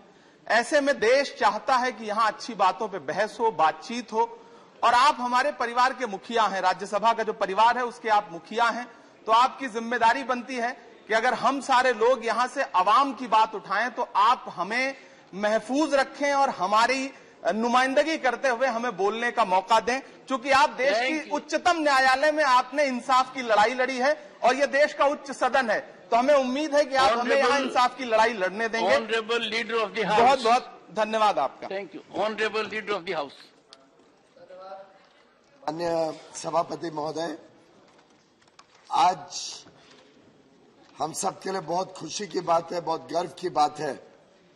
क्या आप इस उच्च सदन के सभापति के रूप में इस प्रतिष्ठित पद पर आसीन हो रहे हैं। मैं दिल की गहराइयों से आपको बधाई देना चाहता हूं, शुभकामनाएं देना चाहता हूं। माननीय प्रधानमंत्री जी ने अभी हमें याद दिलाया कि आज आर्म्ड फोर्सेस फ्लैग डे भी है। तो मुझे याद आ रहा था एक अंग्रेजी फिल्म स्टार वॉर्स, जिसमें एक बड़ा प्रसिद्ध वाक्य हुआ था, मे the force B with you. आज तो बहुत अच्छी अच्छी बातें बोली गई हैं। कुछ माननीय सदस्यों ने आपको चक्कर में ना आने की भी सलाह दी। अभी एक युवा सदस्य ने कहा आपकी जिम्मेदारियों के बारे में आपको याद दिलाने की कोशिश की। ये अलग बात है कि जिम्मेदारी तो हम सबकी बनती है कि सदन अच्छा बने, अच्छी तरीके से चले। आपकी जिम्मेदारी तो हम सबका ख्याल रखने की है। सदन अच्छा चलना तो हम सबके हाथ में। और मेरा विश्वास है आज जो अच्छी अच्छी बातें रखी गई हैं, जिस प्रकार से उत्साह के साथ सबने आपका स्वागत किया है, आगे आने वाले दिनों में हम यही भावना हमारे कार्यकाल में भी रखे, काम में भी रखेंगे। और क्लियरली आपके साथ लगभग सभी सदस्यों का मिलना जुलना हो चुका है। एक ना एक मौके पे हम सब आपको मिल चुके हैं। तो मैं इतना जरूर कह सकता हूं कि it's a joy to be with you, to meet you, to exchange notes with you, to talk to you. अब पता नहीं वो राजस्थान से आप लेके आए हैं या सिटी ऑफ जॉय से, जहां से आप बहुत ही सफल अपना गवर्नर का कार्यकाल कर दिल्ली आए। पर वास्तविकता यह है कि आपकी अध्यक्षता में इस सदन में मुझे पूरा विश्वास है कि बहुत सारे जॉयफुल ओकेजन्स हम सब मिलकर सेलिब्रेट करेंगे। इस सदन की काम की महत्वता देखते हुए हम सब कोशिश करेंगे कि किसान पुत्र जो आज देश के उपराष्ट्रपति बने हैं, जो एक प्रकार से हम सब के लिए प्रेरणा का स्तोत्र भी है, जिस प्रकार से इन्होंने एक बहुत ही विपरीत परिस्थितियों से अपना जीवन शुरू करके आज इस उच्च पद तक की जर्नी ट्रैवर्स की है। मेरा पूरा विश्वास है कि हम सब भी उससे बहुत कुछ सीखेंगे। अपने कार्य में भी, अपने काम में भी उसकी झलक आपको दिखाने का कोशिश करेंगे। हम सब बहुत गर्व महसूस करते हैं कि आपकी जो बुद्धिमत्ता है, जिस प्रकार से आपने एक बहुत वरिष्ठ वकील के रूप में देश की सेवा की, न्यायालय की सेवा की। शायद you must have been the youngest to become a senior advocate in the Supreme Court within 11 years of your practice. मैं समझता हूँ शायद उस समय जजेस ने भी कुछ स्पार्क देखी होगी, कुछ ऐसा अलग देखा होगा, जिसके कारण आपको ये बहुत बड़ा एक प्रकार से स्थान मिला और बहुत बड़ी सर्टिफिकेट उच्च न्यायालय से आपको दी गई। एक नई परंपरा जो अब इस देश में स्थापित हो रही है, बड़े सामान्य घर से सामान्य जीवन बिताने वाले सामान्य साधारण परिवार के राजनीतिक नेता या समाज के नेता आज बड़े बड़े पदों पर हैं। हमारी महामहिम राष्ट्रपति श्रीमती द्रौपदी मुर्मू जी एक टीचर थी, छोटे से स्कूल में टीचर के पद से ओडिशा के वनवासी क्षेत्र से आकर आज वो इस देश के सर्वप्रथम पद पर है। आप एक किसान पुत्र, धरती पुत्र, जिन्होंने एक छोटे से गांव में, आज बताया गया सैनिक स्कूल से शिक्षा लेके 12 किलोमीटर दूर रोज चल के जाना, शायद ये भी एक कारण है कि आप इतने फिट हैं आज भी, और आज इतने उच्च पद पर उपराष्ट्रपति के रूप में। हमारे सम्माननीय प्रधानमंत्री जी एक चाय वाले कि घर पे पैदा होकर रेलवे स्टेशन पर चाय अपने बचपन में बेचकर अपनी शिक्षा प्राप्त करके उन्होंने पूरा जीवन और आज 5 दशक से अधिक देश की सेवा में, समाज की सेवा में अपने आप को पूरी तरीके से झोंक दिया। ये जो नई परंपरा है कि समाज के अंदर ये चेतना जगी है, समाज में एक विश्वास जगा है कि सभी के लिए इस देश में स्थान है। आज सरनेम के हिसाब से पद नहीं, लेकिन क्षमता और कार्य के हिसाब से लोगों को मौका मिलता है। मैं समझता हूं उसका एक प्रतीक आप भी हैं और आगे आने वाले दिनों में आपके इस लंबे अनुभव का, आपके इस कार्यशैली का लाभ और मार्गदर्शन हम सभी सदस्यों को मिलता रहेगा। जैसे कहा जाता है और अभी अभी हमारी बहन ने कहा कि behind every successful man there is a force, a power, और वो पावर आपके घर में हमने देखा। हम सबका मैं समझता हूँ ये अनुभव रहा कि जिस प्रकार से आपने सम्मान दिया परिवार के अंदर भाभी को, जिस प्रकार से आपने हम सब के बीच नारी शक्ति की बात कही, तो मुझे याद आया कि माननीय प्रधानमंत्री जी ने भी 15 अगस्त के अपने विचार रखते हुए उद्बोधन में ये बात रखी थी कि देश को जब हम विकसित बनाने की बात करते हैं तो नारी शक्ति को हमने और सशक्त बनाना होगा। और मैं समझता हूं बहन रजनी जी ने ठीक कहा कि उसका भी एक अच्छा उदाहरण हमें आपके घर पे देखने को मिला।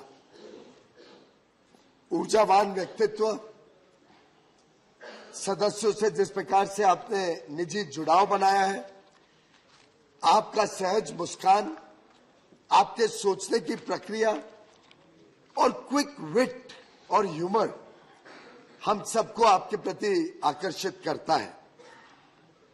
मुझे विश्वास है ये जो इन्फेक्शियस स्माइल है आपका, ये आगे चल के सदन को भी चलाने में सुविधा देगा और आप जरूर हम सबको सही रास्ते पे रहने का मार्ग भी बताते रहेंगे। एक प्रकार से कल जब बिजनेस एडवाइजरी कमेटी की बैठक चल रही थी, हमने आपका स्कॉलरली और रीजन्ड अप्रोच कल देखने का एक पहला मौका पहली बीएससी में हमें मिला। मैं बड़ा इंप्रेस हुआ कि आपके कमेंट से कि स्टैटिस्टिक्स नहीं डिटरमिन करती है कि विषय को आगे कैसे लेके जाना है। स्टैटिस्टिक्स पे नहीं निर्भर होगा कि कोई बिल स्टैंडिंग कमेटी में जाए या सिलेक्ट कमेटी में जाए। Statistics have their own place, पर सब्सटेंस विल मैटर। सब्सटेंस के ऊपर तय करना पड़ेगा कि आगे कार्रवाई में किस प्रकार से आगे बढ़ना है। समय भी बहुत जरूरी होता है, समय वेस्ट ना हो, समय का सदुपयोग हो और आखिर कोई ना कोई कानून या कोई ना कोई कार्य हम सबके समक्ष जब रहता है हाउस में, तो जरूर कोई ना कोई उसकी इंपॉर्टेंस है, उसकी समय की इंपॉर्टेंस है। और कई विषय ऐसे हैं जिसमें आम सहमति बन सकती है, आम सहमति से कार्य आगे तेज गति से बढ़ सकता है। क्योंकि अगर हमें इस अमृत काल में इस देश को विकसित बनाना है और जिसमें मैं समझता हूं देश का हर सदस्य एकजुट है, एक मत का है, तो स्वाभाविक रूप से समय की भी अपनी अहमियत है और जो निर्णय देश हित में है, जनहित में है, वो त्वरित लेने का भी एक बहुत बड़ा मैसेज देश को जाता है, समाज को जाता है।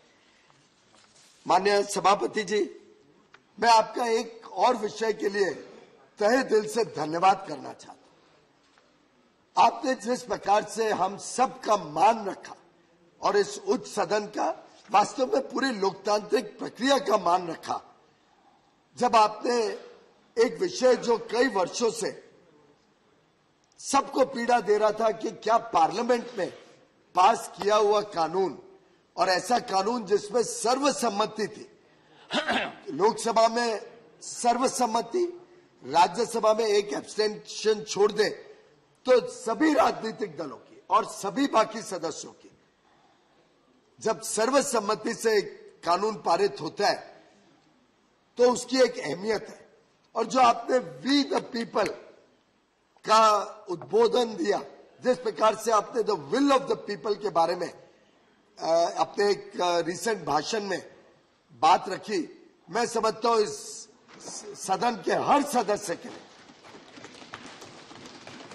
और हर सदस्य के आत्मसम्मान की आपने उस दिन चिंता की, आपने इंश्योर किया कि हमारा भी एक प्रकार से हौसला बने कि हम आगे चल के भी कानून देशहित और जनहित के बनाते रहे।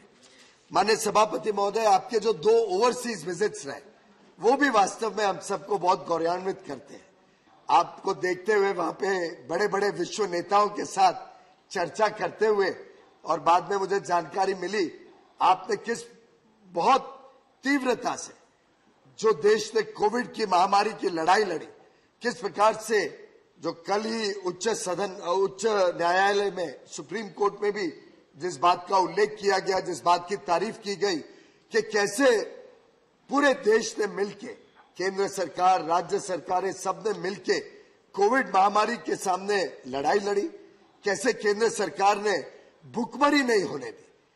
प्रधानमंत्री गरीब कल्याण अन्न योजना से देश के कोने कोने तक 80 करोड़ से अधिक भारतवासियों को मुफ्त में अनाज पहुंचाने का जो काम किया, उसकी कल सुप्रीम कोर्ट में भी काफी विस्तार से तारीफ हुई है। आपने ये बात जब विश्व नेताओं के सामने और विश्व के सबसे बड़े और आर्थिक दृष्टिकोण से मजबूत नेताओं के सामने जब आपने रखी और आपने बताया कि उन्होंने सबने तारीफ की भारत की, तो मैं समझता हूं हर मेंबर का, हर सदस्य का सीना चौड़ा होता है, क्योंकि हम सबका भी उसमें एक छोटा योगदान है। माननीय सभापति महोदय, मैं समझता हूं when great people set the direction, others follow them. Under your leadership, we will work with the high ideals, high principles with which you will set the direction, and I'm sure the work of the Rajya Sabha, the work that we do in this upper house, the House of Elders, the House of States, will also resonate in the other houses, in the other assemblies across the country. I'm sure the way we are all working for a developed India, we are all working to take prosperity to the last man at the bottom of the corridor, the last man at the bottom of the pyramid, जो गरीब से गरीब व्यक्ति के लिए अंत्योदय की भावना से आज हम सब काम कर रहे हैं कि देश में कोई वंचित ना रहे, कोई शोषित ना रहे, कोई पीड़ित ना रहे, समाज के हर वर्ग का बिना भेदभाव से उत्थान हो। उस काम में पूरा देश आज देश में भी और दुनिया में भी अपना वर्चस्व बना रहा है। आज पूरी दुनिया भारत की प्रशंसा भी कर रही है, भारत की ओर देख रही है, विश्व की अर्थव्यवस्थाओं को गति देने के लिए, प्रगति देने के लिए। आज पूरा विश्व देख रहा है कि हमारे 140 करोड़ लोगों में जो क्षमताएं हैं, जो संभावनाएं हैं, उससे पूरा विश्व आकर्षित भी होता है और उनको उम्मीद भी भारत के ऊपर टिकी हुई है। और ऐसे में मैं समझता हूं इस सदन की भी भूमिका बहुत अहम रहेगी। आपके कुशल नेतृत्व में, आपकी बुद्धिमत्ता से हम पूरे देश को ऐसा संदेश देंगे कि हम एक अच्छा सदन अच्छी तरीके से चलेगा, अच्छी तरीके से काम करेगा और जो देश के करोड़ों लोगों की आशाएं, अपेक्षाएं हैं, जो सपने हैं, उनको पूरा करने में हम सब अपना दायित्व निभाएंगे। आपके नेतृत्व में, आपके मार्गदर्शन में मैं आपको विश्वास दिलाना चाहता हूं सदन के हर सदस्य के बिहाफ पे कि हम अपनी जिम्मेदारी, अपने दायित्व का जरूर निर्वहन करेंगे और इस सदन की कार्रवाई को अच्छी तरीके से चलाएंगे। आपका पुनः इस आसीन पर पद ग्रहण करने पर हम सब की तरफ से बहुत बहुत बधाई, बहुत बहुत शुभकामनाएं। धन्यवाद।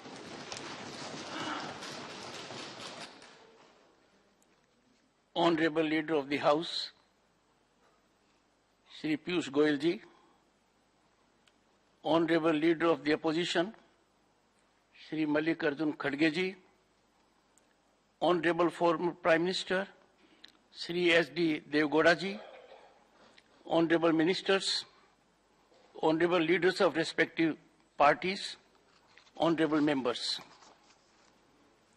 deeply moved and touched by the indulgent words of welcome by the Honorable Prime Minister, Honorable Leader of Opposition, Leader of the House, and those who followed. Grateful to the Honorable Members of Parliament for affording opportunity to be in service of Bharat as Vice President of India and Chairman of this august House. Looking forward to contributing to growth trajectory of the largest vibrant democracy in the world and vindicate its trust and confidence. Honorable members, availing this historic opportunity to share some concerns with the distinguished members of this august House. Terms Upper House and House of Elders, though not part of the official glossary, amply reflect uniquely significant importance of this institution. Nation justifiably expects the House of Elders to take decisive directional lead in reaffirming and enhancing the core values of the Republic and set up the traditions of parliamentary democracy, exemplifying the highest deliberative, emulative standards. Today, as we are in Amritkal, we cherish one of the world's finest constitutions as our own. Members of the Constituent Assembly were enormously talented with impeccable credentials and immense experience. The Constituent Assembly, given the scenario then, was as representative as was practicable. Honorable members, with each election, there has been progressively authentic enhancement in the representation gradient. Presently, the Parliament reflects with authenticity the mandate and aspiration of the people as never before. Honorable members, Constituent Assembly addressed sensitive, complex and critical issues, exemplifying sublimity, engaging in dialogue, discussions, deliberations and debate, marked with cooperative and consensual attitude. Diverse issues were traversed without there being any disruption, any rancor. Obstruction and disruption of proceedings of parliamentary practice or option are antithetical to democratic values. Contemporaneous scenario on this count is concerning and makes it imperative for us to follow the high standards set in the Constituent Assembly. We need to be cognizant of severe public discomfort and disillusionment at the lack of decorum in the temple of democracy. Honorable members, democracy blossoms and flourishes when its three facets, the legislature, the judiciary, and the executive, scrupulously adhere to their respective domains. The sublimity of doctrine of separation of powers is realized when the legislature, judiciary, and the executive optimally function in tandem and togetherness, meticulously ensuring scrupulous adherence to respective jurisdictional domain. Any incursion by one, howsoever subtle, in the domain of the other has the potential to upset the governance apple cart. We are indeed faced with this grim reality of frequent incursions.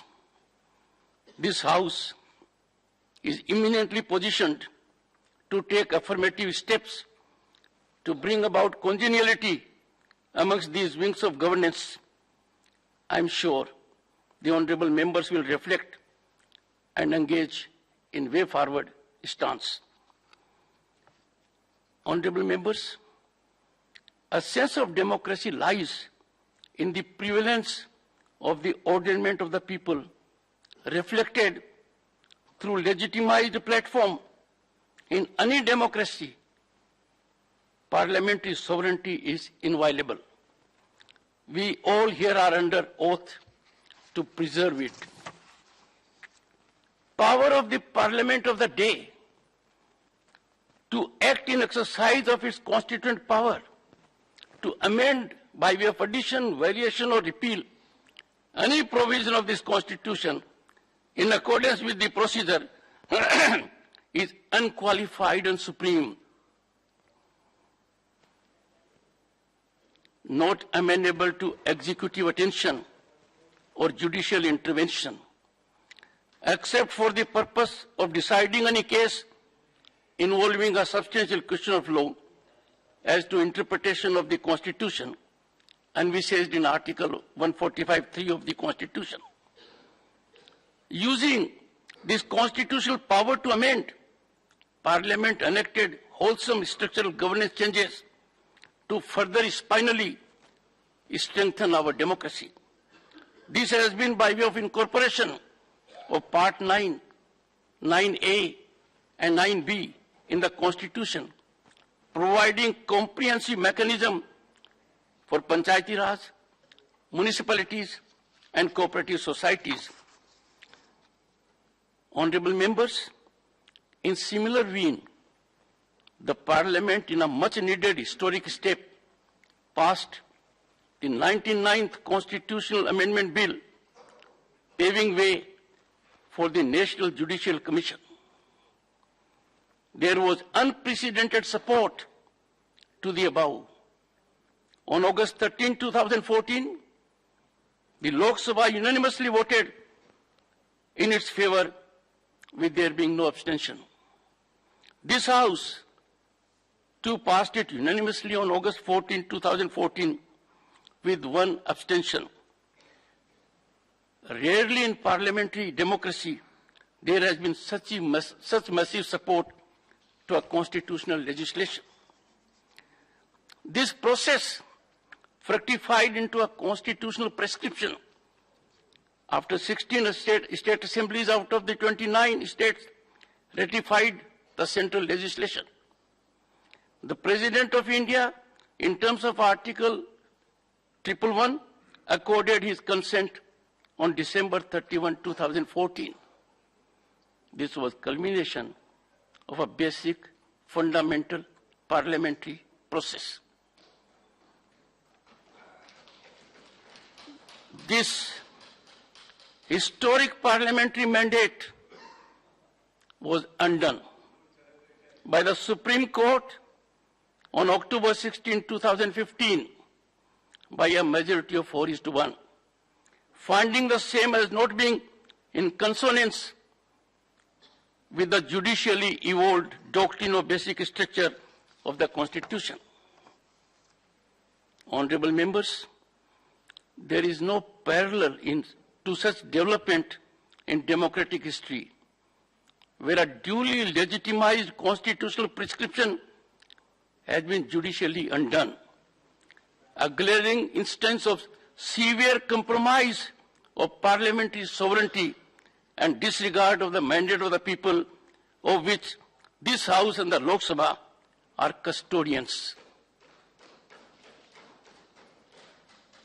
Honorable members, we need to bear in mind that in democratic governance, basic of any basic structure is the prevalence of the primacy of the mandate of the people reflected in the Parliament. Parliament is the exclusive and ultimate determinative of the architecture of the Constitution. It is disconcerting to note that on such a momentous issue, so vital to democratic fabric, there has been no focus in the Parliament now for over 7 years. This House, in concert with the Lok Sabha, being custodian of the ordainment of the people, is duty bound to address the issue, and I am sure it will do so.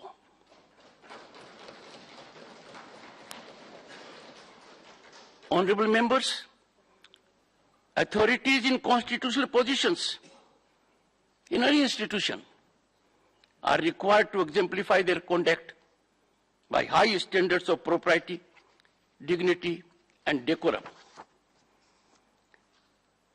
Time for all constitutional institutions to reflect and give quietus to public display of adversarially challenging stance, trading or exchange of advisories emanating from these platforms. I urge the members of the House to proactively catalyze evolution of wholesome, cordial ecosystem, ending this aberration. It is institutional, seamless, correct, marked with mutual trust and respect that generates ecosystem best suited for serving the nation. This House needs to catalyze this wholesome environment to promote synergic functioning of constitutional institutions, emphasizing need to respect Lakshman Rekha. Honorable members, as Vice President, I had the honor to represent the country at the India, ASEAN and East Asia Summits in Phnom Penh, Cambodia on November 12 and 13, 2022, and at the FIFA World Cup inaugural ceremony in Doha, Qatar on 20th November 2022. I share with you my deep sense of pride and satisfaction of the level of respect India commands amongst world leaders and their hope and expectation that our growth trajectory generates global peace and prosperity. Honorable members, I look forward with hope and expectation to pleasant and fruitful association so that we all, in togetherness, optimally serve the nation.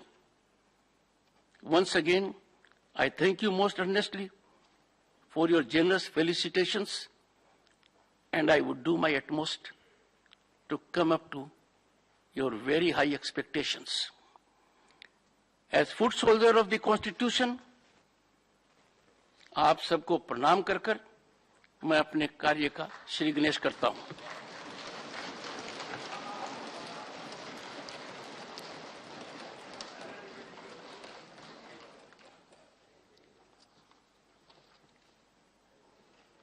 I am sharing with you, honorable members, as this session commences, all members will be aware that India has taken over the presidency of the G20 with effect from December 1, 2022. This is a matter of great pride for the entire nation. It is also occurring as we welcome Azadi Ka Amrit Mahotsav. The G20 summit will, of course, be an unparalleled event in our diplomatic history.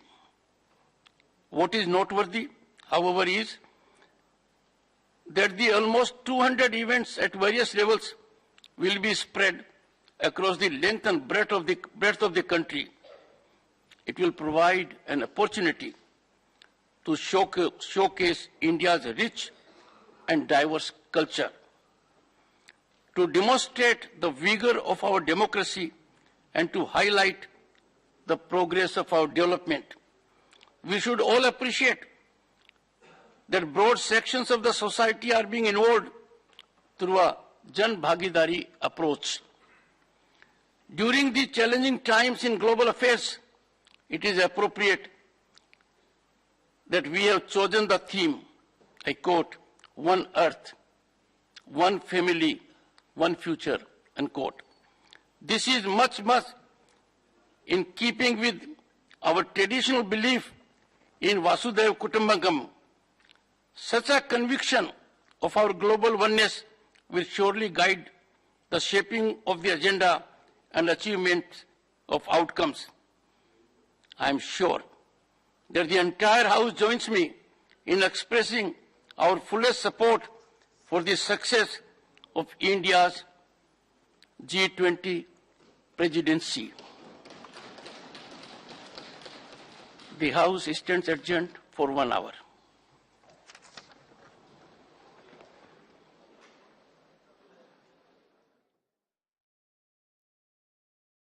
सदन के कामकाज में हम सबका सहयोग आपको हमेशा मिलेगा। आपको पुनः बधाई व शुभकामनाओं के साथ अपनी बात खत्म करता हूं। आपने बोलने का मौका दिया, बहुत बहुत धन्यवाद। Honorable Leader of the Opposition.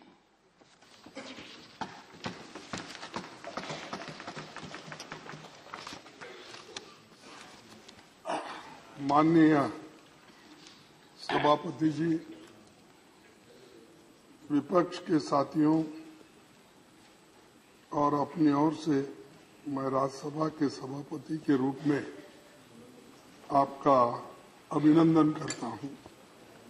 देश के दूसरे सबसे बड़े संवैधानिक पद उपराष्ट्रपति की जिम्मेदारी आपने 11 अगस्त 2022 को संभाल ली थी। वैसे तो व्यक्तिगत तौर पर आपसे मिलकर आपको बधाई दे चुका हूं, लेकिन अपर हाउस में सभापति के रूप में आपके स्वागत का मौका हमें आज मिला है। प्रधानमंत्री जी ने आपके कामकाज के बारे में और व्यक्तित्व के बारे में बहुत कुछ हमें बताए और बहुत कुछ रोशनी उन्होंने डाली। मैं वो फिर से दोहराना नहीं चाहता। मैं एक जरूर कहना चाहता हूं कि अपर हाउस के संरक्षक के रूप में आपकी भूमिका बाकी भूमिकाओं से बहुत बड़ी है। आप जिस आसन पर बैठे हैं वहां देश के कई महान हस्तियां बैठ चुकी है। हमारे 6 सभापति बाद में भारत के राष्ट्रपति भी बने। आप भूमि पुत्र हो, जैसा कि प्राइम मिनिस्टर ने कहा कि किसान के पुत्र, तो मैं तो भूमि पुत्र कहूंगा। राजस्थान के एक गांव से उपराष्ट्रपति और राज्यसभा के सभापति जैसे बड़े ओहदे तक आप पहुंचे हैं। संसदीय परंपराओं को आप समझते हैं। 9वीं लोकसभा में आप चुने गए थे और पार्लियामेंट्री अफेयर्स मिनिस्टर में उपमंत्री रहे थे।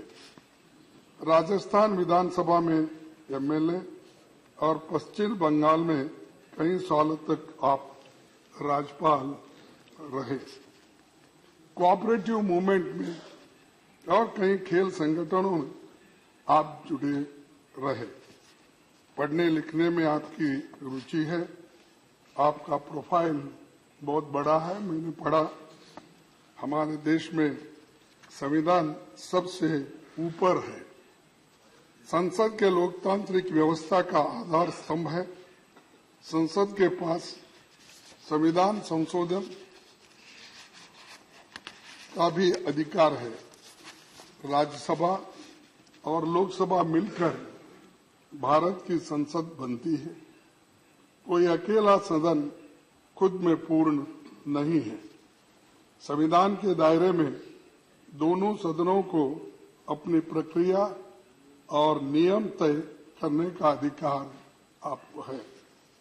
हमारी संसदीय प्रणाली में राज्यसभा को चेंबर ऑफ आइडियाज या विचारों का सदन कहा जाता है। ये परमानेंट हाउस है और राज्यों का प्रतिनिधित्व करता है। राज्यों की राजनीतिक तस्वीर यहाँ नजर आती है। शुरुआत से ही संसदीय क्षेत्र के तमाम दिग्गज यहाँ की शोभा बढ़ाते रहे हैं। राज्यसभा ने भारतीय लोकतंत्र में संवाद की परंपरा को मजबूती दी है। अलग अलग विचारधाराओं की राजनीति का केंद्र होने के बाद भी यहाँ सबका लक्ष्य देश की तरक्की और उन्नति के बारे में हम हमेशा सोचते रहते हैं और सभी यही चाहते हैं जनता के सवालों पर गंभीर चर्चा हो और समस्याओं का समाधान निकालें।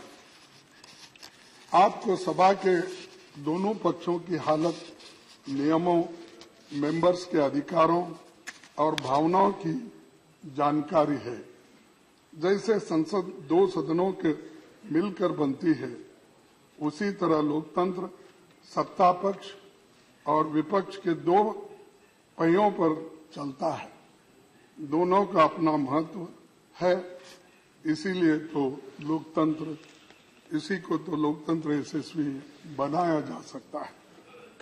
बाबा साहब ने संसद की कार्यवाही को असरदार बनाने के लिए दोनों सदनों के लिए स्वतंत्र सचिवालय के गठन की बात कही थी। पंडित जवाहरलाल नेहरू जी के प्रयासों से राज्यसभा सांसदों को पब्लिक अकाउंट्स कमेटी और कमेटी ऑन पब्लिक अंडरटेकिंग्स जैसी फाइनेंशियल समितियों की सदस्यता मिली थी।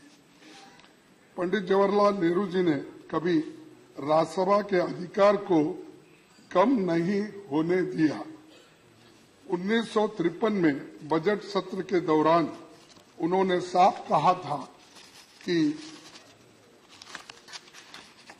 लोकसभा और राज्यसभा मिलकर भारत की संसद बनाते हैं। हमारे संविधान के अनुसार दोनों सदनों की अथॉरिटी के बीच मनी बिल्स को छोड़कर कोई अंतर नहीं है। आज जब मैं ये बातें कह रहा हूं तो हमें बहुत कुछ बातें याद आ रही है। विपक्ष के लोग संख्या बल में भले ही कम हो, लेकिन आप जानते हैं कि उनके अनुभवों और तरक्कों में ताकत रहती है। लेकिन समस्या ये है कि इनकी जगह नंबरों की गिनती होती है, ना कि विचारों के बारे में सोचा जाता है।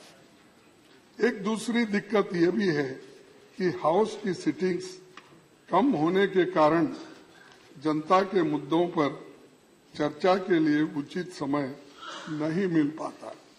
गरीबों, दबे कुचले और SC/ST, किसानों और अत्याचार के शिकार महिलाओं की हालत पर ढंग से बातें नहीं रख पाते और बिल्स भी बहुत जल्दबाजी में पास होते।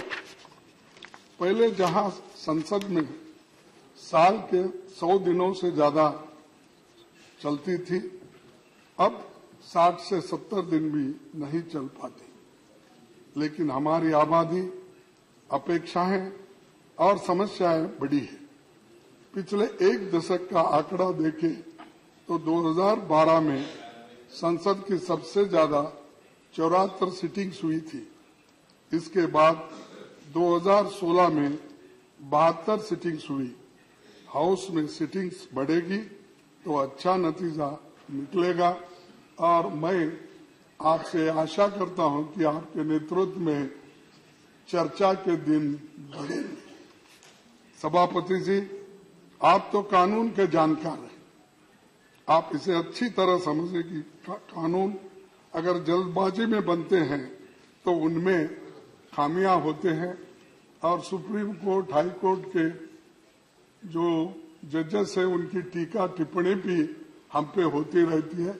कई जजेसों ने भी ये काम किया है, उनका सही तात्पर्य नहीं निकलता और ऐसे कानूनों की क्वालिटी पर सुप्रीम कोर्ट और हाई कोर्ट की टिप्पणियां करता है।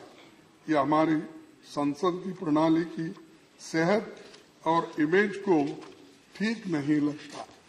तो इसलिए हम चाहते हैं कि बिल्स को ठीक से एग्जामिन करने के काम को सेलेक्ट, ज्वाइंट और निचले सदन में स्टैंडिंग कमेटी इस विभाग संबंधी संसदीय समिति को ज्यादा से ज्यादा भेजा जाए और बिल्स को इन समितियों में भेजे जाए वहां इन पर विस्तार से चर्चा हो। राज्यसभा का यही मुख्य काम भी है। मैं इस संदर्भ में 13 मई 1952 में हुई राज्यसभा की पहली बैठक में सभापति डॉक्टर राधाकृष्णन जी की कही इस बात को जिक्र करना चाहूंगा। उन्होंने कहा था, हमें इस देश की जनता के लिए ये बात न्यायोचित ठहराने के लिए पूरी ताकत के साथ जुट जाना चाहिए कि जल्दबाजी में पारित किए जाने वाले कानून पर रोक लगाने के लिए सेकेंड चेंबर की जरूरत है। इसीलिए इसके अध्यक्ष भी अब आप ये सेकेंड चेंबर के बने। इस मौके पर बहुत कुछ कहा जा सकता है, लेकिन मैंने कुछ बातें रखी है। उम्मीद करता हूं कि आप हमारी भावनाओं को समझेंगे। विपक्ष की ओर से हम यही कहना चाहेंगे कि आपको हम अपनी ओर से पूरा सहयोग देंगे। और मैं एक बात मैं कहना चाहता हूं, वो बात जरा खटक रही मुझे, क्योंकि जब कोई हमारे अपोजिशन के लोग मिलते हैं, हमारे पार्टी के लोग मिलते हैं, तो लास्ट यहाँ पर सदन में मैं कुछ एक शेर बोला था, शायरी बोली थी, उसके ऊपर ज्यादा से ज्यादा आप ध्यान देकर मुझे क्यों ऐसा कहे ये बात आपने बार बार कहा है, लेकिन मैं ये दोहराऊंगा कि इसको भी आप बुरा नहीं मानना चाहिए, क्योंकि ये सदन का है। मेरे बारे में कोई राय मत बनाना गालिब, मेरे बारे में कोई राय मत बनाना गालिब, मेरा वक्त भी बदलेगा, तेरी राय भी बदलेगी। तो ये कहते हुए मैं आपको धन्यवाद देता हूं, और ये सदन बहुत सुरक्षित चलेगा और हम पूरी कोशिश करेंगे हर बात पर आपको सहकार देने के लिए। धन्यवाद। Shri Derek O'Brien.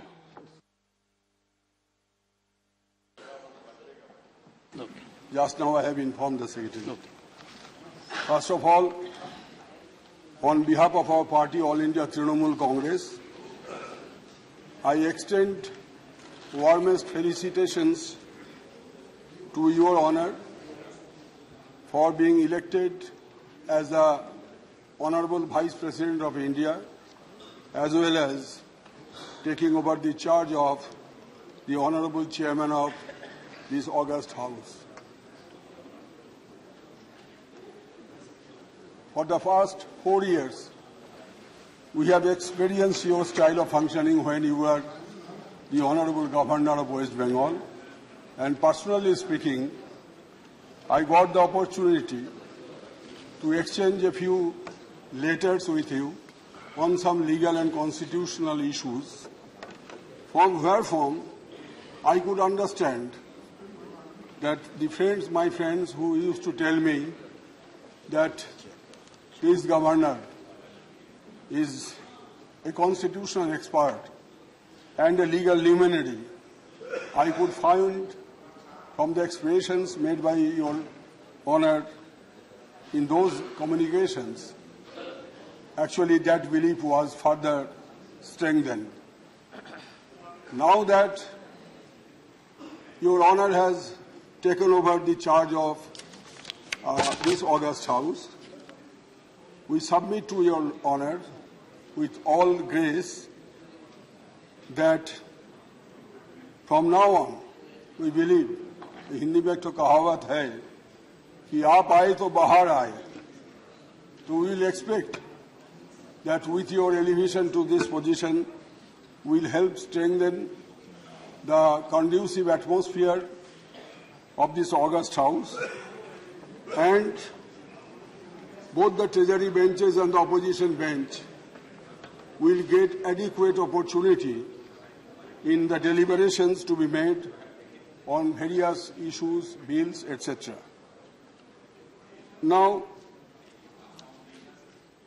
I have some suggestions to make for your kind consideration.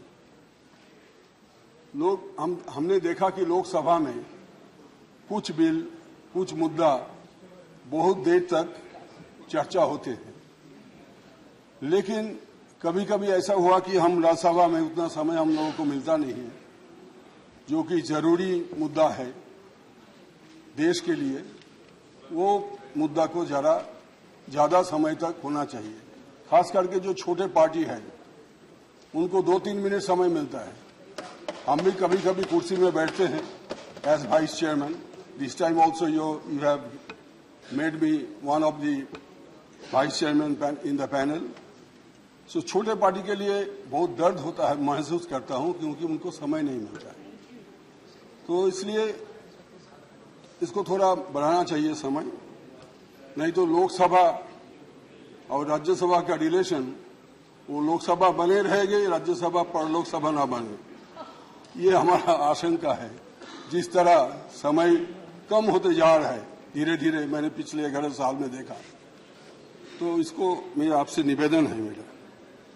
दूसरा, जैसे कि हमारे honourable leader of the opposition ने बताया कि scrutiny of the bills, that is very important by the standing committees and at times by the select committee also.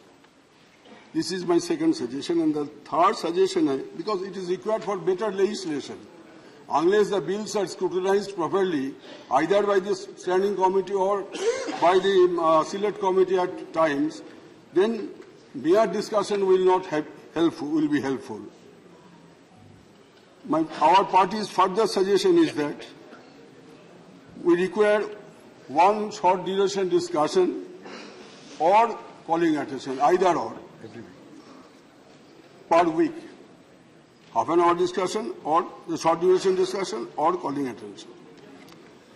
And there is rule 267, which is very sparely adhered to for reasons not known to us, but there was time we have experienced that on greater issues, national issues, discussion on under Rule 267 was allowed very frequently.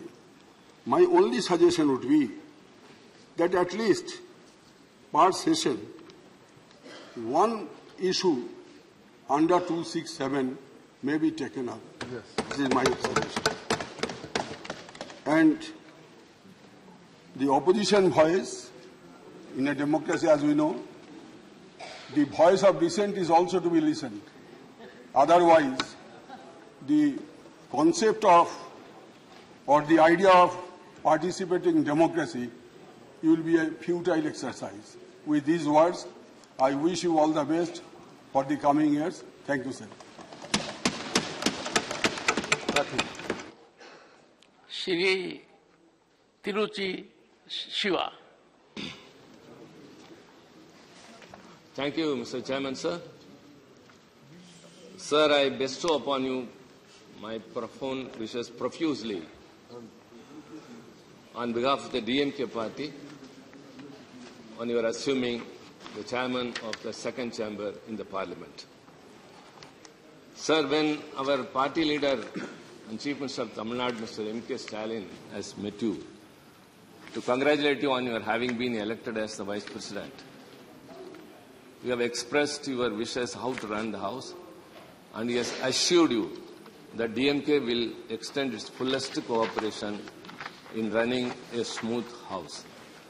And I stand by his words, sir, and I assure you again on behalf of the members of my party here that we will ensure that we will cooperate in all the ways for a smooth running of the Parliament. Sir, you are the 14th Vice President of the largest democracy in the world. Nowhere in any other democracy does this system exist. By virtue of being the Vice President, you are a part of the executive. And as per the Constitution, you are the ex officio chairman of the Rajya Sabha, and by that, you are a part of the Parliament. So you wear two caps. You have dual capacity. You are a Vice President and part of executive, and you are part of the Parliament. Sir, everyone knows very well that you are an expert in the Constitution. You are thorough with the Constitution. for your legal track record is a very good example of that. And now we know, sir, during the intercession period, after you have won the elections, every day you were here in the Parliament, attending the office, and now we are sure that you are thorough with the rules of the procedures and rules of conduct in the Rajya Sabha. Sir, we expect a lot from you.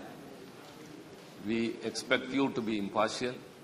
The opposition parties should have the equal share as that of the treasury benches, and the numbers of the members in the House should not decide the quality of the debate. Sir, I have met you twice at your residence and yesterday in the BSc. And both the three occasions have made me to realize, which was very consoling, that you have very great concern for the smaller parties in the Parliament. The nominated members, the independent members, and members who represent the smaller numbers in the party. Their party may be bigger outside, but their numbers will be lesser here. So you said that time should be distributed to all of them, and that was a great consolation to all of us, because we were suffering all these days only because of that. Sir, we hope that the coming days would be very bright. Sir, India is the largest democracy, and the Parliament is the debating forum. And you asked me when I met you first, what is the way to avoid members to come into the well of the House? So you have inferred rightly what is happening here than what should not. So I told you very simply, if we are heard, we won't be compelled to come to the well of the House. Beautiful. Members of the Parliament come here to voice the people, their issues, their concerns. And we are not, when we are not heard or when we are not led to speak, we have to resort to democratic process of coming to the well that has happened for years together. So, sir, I think whenever we have an issue and we raise to say something, if we are heard for a minute or two, automatically we will cool down since we have let out our feelings. Sir, we have very much hope upon you, sir. And I should say that Maya Angelou, when Mr. Clinton took his office, what she said, the great African-American poet said, sir, with the grace of you, look upon the country, look upon our faces, and simply with hope say, good morning. Every new year dawns with a hope that the next year will be very prosperous. So every day dawns that the day will be very bright. And I wish you good morning every day, sir. And you also, please, wish us good morning. Not only that, ensure us that the Parliament will be very productive in the coming days. And we are very hopeful. And once again, sir, I assure you that DMK will extend its fullest cooperation. Thank you very much. Honorable former Prime Minister Shri S.D. Devgowda.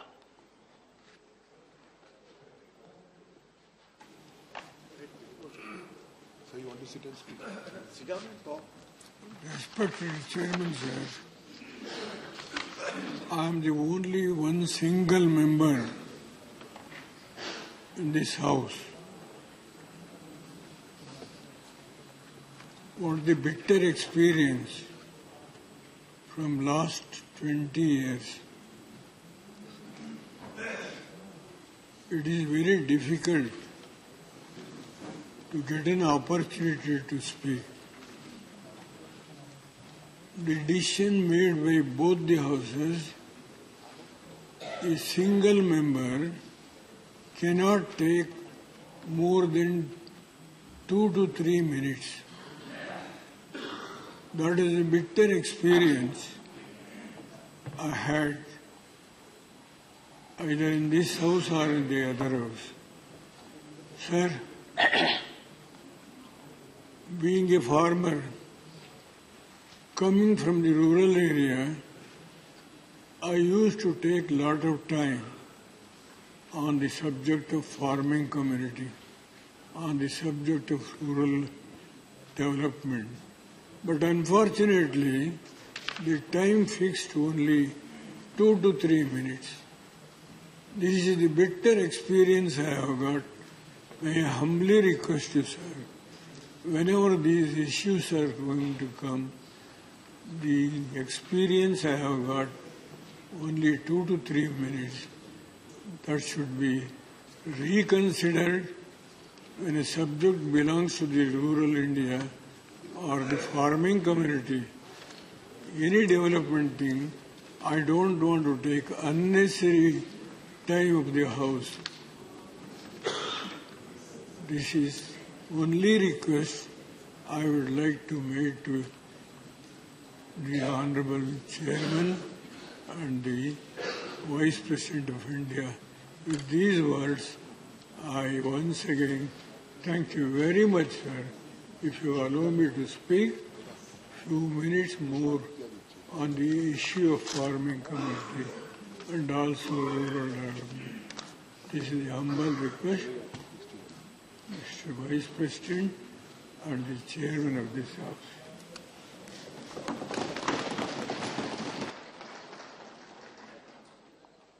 Shri Raghav Chadha.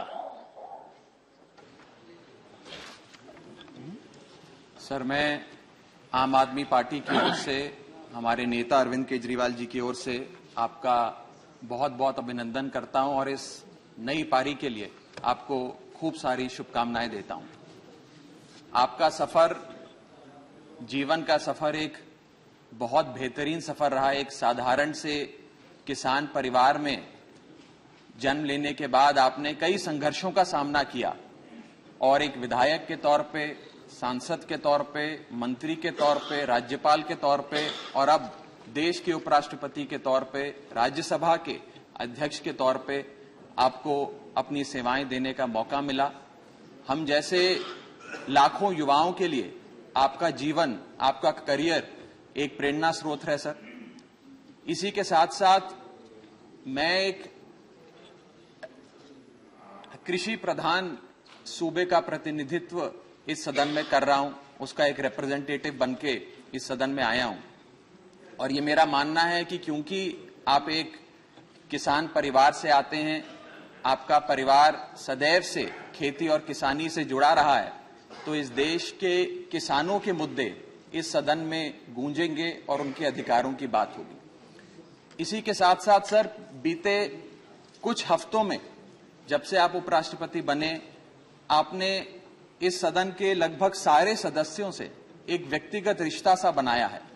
मुझे भी सौभाग्य मिला 2-3 बार आपसे मिलने का और जो प्यार, जो स्नेह, जो वार्मथ हमें आपसे मिली, मैं आज उसके आधार पे कह सकता हूं कि इस सदन के बहुत सारे सदस्य केवल पार्लियामेंट्री इश्यूज ही नहीं, बहुत सारे पर्सनल लाइफ के इश्यूज भी आपसे डिस्कस करने में हिचकिचाएंगे नहीं।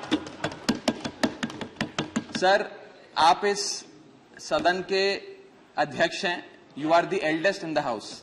मैं सदन का सबसे कम उम्र का युवा सदस्य हूं, I am the youngest in the house.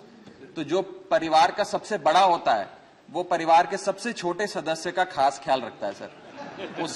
उसे ज्यादा प्यार देता है, उसे बोलने का ज्यादा मौका देता है, उसे ज्यादा इंटरवेंशंस देता है, उसके 0 आवर ज्यादा सिलेक्ट होते हैं, उसके स्टार क्वेश्चन ज्यादा लगते हैं और उसे थोड़ी शैतानी करने की भी छूट होती है। तो मैं ये उम्मीद करूंगा कि आपका विशेष प्यार और विशेष स्नेह हमारी छोटी पार्टी और सदन के छोटे सबसे युवा सदस्य होने के नाते मेरे प्रति रहेगा सर। आपको इस नई पारी के लिए ढेरों शुभकामनाएं, आपका बहुत बहुत अभिनंदन, बहुत बहुत स्वागत। Those whom I love and respect, they suffer the most. Doctor Sasmit Patra. माननीय अध्यक्ष महोदय, आज इस घड़ी में जब हम आपको स्वागत कर रहे हैं, मैं मेरे पार्टी बीजू जनता दल की तरफ से, हमारे माननीय नेता और माननीय मुख्यमंत्री श्री नवीन पटनायक जी की तरफ से हम आपको वेलकम करते हैं, अभिनंदन करते हैं और ये आश्वासन के साथ करते हैं मान्यवर कि जो लक्ष्मण रेखाएं हैं हमारी संसदीय विधि व्यवस्था की, वह लक्ष्मण रेखाओं को माननीय मुख्यमंत्री श्री नवीन पटनायक जी ने कभी लांघने का कोई स्कोप नहीं दिया और हमेशा से एक चीज हम सबको भी कहा है कि भी जब भी संसद में जाओ मर्यादाओं की रक्षा करो और संसद उचित तरह से चल सके, इसका पूरा कोशिश करो। तो ये अवसर मैं लेना चाहता हूं मान्यवर, आपकी अध्यक्षता में, आपके मार्गदर्शन में बीजू जनता दल इस सदन में जो गरिमा है, उस गरिमा को रखते हुए हमारे माननीय नेता श्री नवीन पटनायक जी के मार्गदर्शन में जो हमने सीखा है, उसके साथ हम इस सदन को स्मूथली और सुचारू रूप से चलाने में आपका पूरा सहयोग देंगे। मान्यवर, मैं ये अवसर लेना चाहता हूं ये कहने के लिए that you are an distinguished man of law who is presiding on the highest house of lawmaking. And as the distinguished man of law presiding over the house of lawmaking, आपकी जो rich experience है, जो vibrancy है, वो हम सबको एक अवसर देगा और सीखने के लिए। मान्यवर, कई माननीय सदस्यों ने आपकी इंटेलेक्ट के बारे में कहा, मैं आपके विशाल हृदय के बारे में दो शब्द कहना चाहूंगा। मान्यवर, कुछ ही दिन पहले मैं अपने परिवार के साथ सदन में आया था और सदन बंद था तो उनको घुमाने लेके आया था। और जब मैं घुमाने लेके आया यहां पर तो मुझे सुनने में आया कि आप चेंबर में हैं, आए हुए हैं। स्वाभाविक तौर से आप अध्यक्ष हैं, माननीय उपराष्ट्रपति जी हैं, तो अपॉइंटमेंट लिया जाता है, प्रोटोकॉल लिया जाता है और उसके बाद आपसे मिला जाता है। पता नहीं मुझे क्या हुआ, मुझे लगा आपसे मैं मिला एक दो बार, मुझे लगा कि नहीं, मैं माननीय अध्यक्ष जी को एक स्लिप भेजता हूं कि मैं अपने परिवार के साथ आया हूं, क्या मुझे 30 सेकंड आपके मिल सकते हैं। माननीय अध्यक्ष महोदय, आपका इतना विशाल हृदय है कि आपने सिर्फ दरवाजे नहीं खोले, आपका दिल का हृदय खोला, पूरे परिवार को अंदर बुलाया, चाय पिलाई, गपशप करी और मेरे बच्चों को भी आपने इंस्पायर किया। यह बताता है कि किस तरह से आपका हृदय, आपकी सोच सिर्फ सांसदों के लिए नहीं, उनके परिवारों के लिए है और आपके जो विश्वास है कि किस तरह से आने वाले दिनों में इस सदन को और आगे लिया जा सकता है, ये इसका एक प्रतिबिंब है। मान्यवर, आपने बिजनेस एडवाइजरी कमेटी में कल एक बहुत खूबसूरत बात कही, मैं शांत होकर सुन रहा था। आपने कहा that whenever there is any matter, I will first look to the opposition, then I look to the government and then again I look to the opposition. That shows the strength, that shows your commitment, that shows your vision of running the house, sir. I thank you for that. मान्यवर, आखिरी बात कहूंगा, ये सदन council of states है, हम उड़ीसा से आते हैं और कई ऐसे विषय होते हैं जो कि सदन में स्टेट्स के बारे में चर्चा होती है। मान्यवर, जब प्राइवेट मेंबर्स की तरह हम लोग आते हैं, हमारे जीरो आवर आते हैं, हमारे स्पेशल मेंशंस आते हैं, कई बार एडजर्न हो जाता है, धुल जाता है। मान्यवर, तो एक अपेक्षा यह है कि हम जो रीजनल पार्टीज हैं, हमारे पास ज्यादा स्कोप नहीं होता बिल्स पे चर्चा करने के लिए, तो ये जो जीरो आवर्स रहते हैं, स्पेशल मेंशंस रहते हैं, अगर इसमें कोई प्रावधान आप करें जिससे कि रीजनल पार्टीज जो स्टेट से चल के आती हैं, इस काउंसिल ऑफ स्टेट्स में अपनी आवाज को और रख सके, ये काउंसिल ऑफ स्टेट्स का जो सोच है, उस सोच को और गरिमा देगा। आखिर में मैं सिर्फ यही कहूंगा, उड़िया में दो शब्द कहूंगा कि आपन को अनेक अनेक स्वागत, अनेक अनेक अभिनंदन, आमर समस्त शुभेच्छा आपण सहित रही, आपण सहित रहिबो। आपके साथ हमारी शुभेच्छाएं हैं, आपके साथ हमारा अभिनंदन है और हम आशा करते हैं आपके मार्गदर्शन में हम और आगे बढ़ेंगे। बहुत बहुत धन्यवाद। नमस्कार। श्री रामदास अठावले।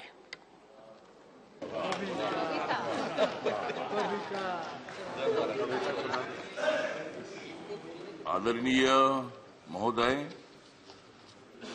मैं तो अन्याय के खिलाफ लड़ा हूं,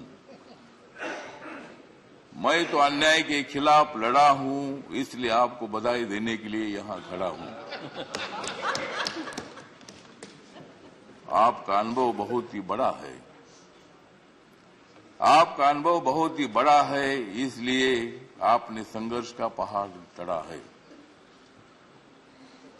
मेरे पार्टी का मैं हूं अकेला, मेरे पार्टी का मैं हूं अकेला, लेकिन मेरे हाथ में है संविधान का पेला। मैं हूं मेरे पार्टी का अकेला, लेकिन मेरे हाथ में है संविधान का पेला। मैं तो हूं आपका सच्चा चेला, मैं तो हूं आपका सच्चा चेला, मुझे मत छोड़ो अकेला।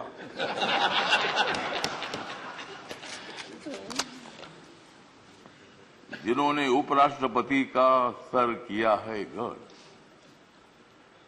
जिन्होंने उपराष्ट्रपति का सर किया है गढ़, उनका नाम है धनखड़। हमें मिलकर उखाड़ देनी है विषमता की जड़, हमें मिलकर उखाड़ देनी है विषमता की जड़, इसमें जरूर सफल होंगे आदरणीय धनखड़।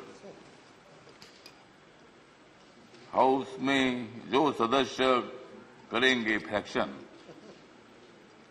हाउस में जो सदस्य करेंगे फ्रैक्शन, उनके ऊपर होनी चाहिए कड़ी एक्शन। हमें तो मजबूत करना है भारत नेशन, हमें तो मजबूत करना है भारत नेशन। हंगामा करने की हमें नहीं चाहिए फैशन।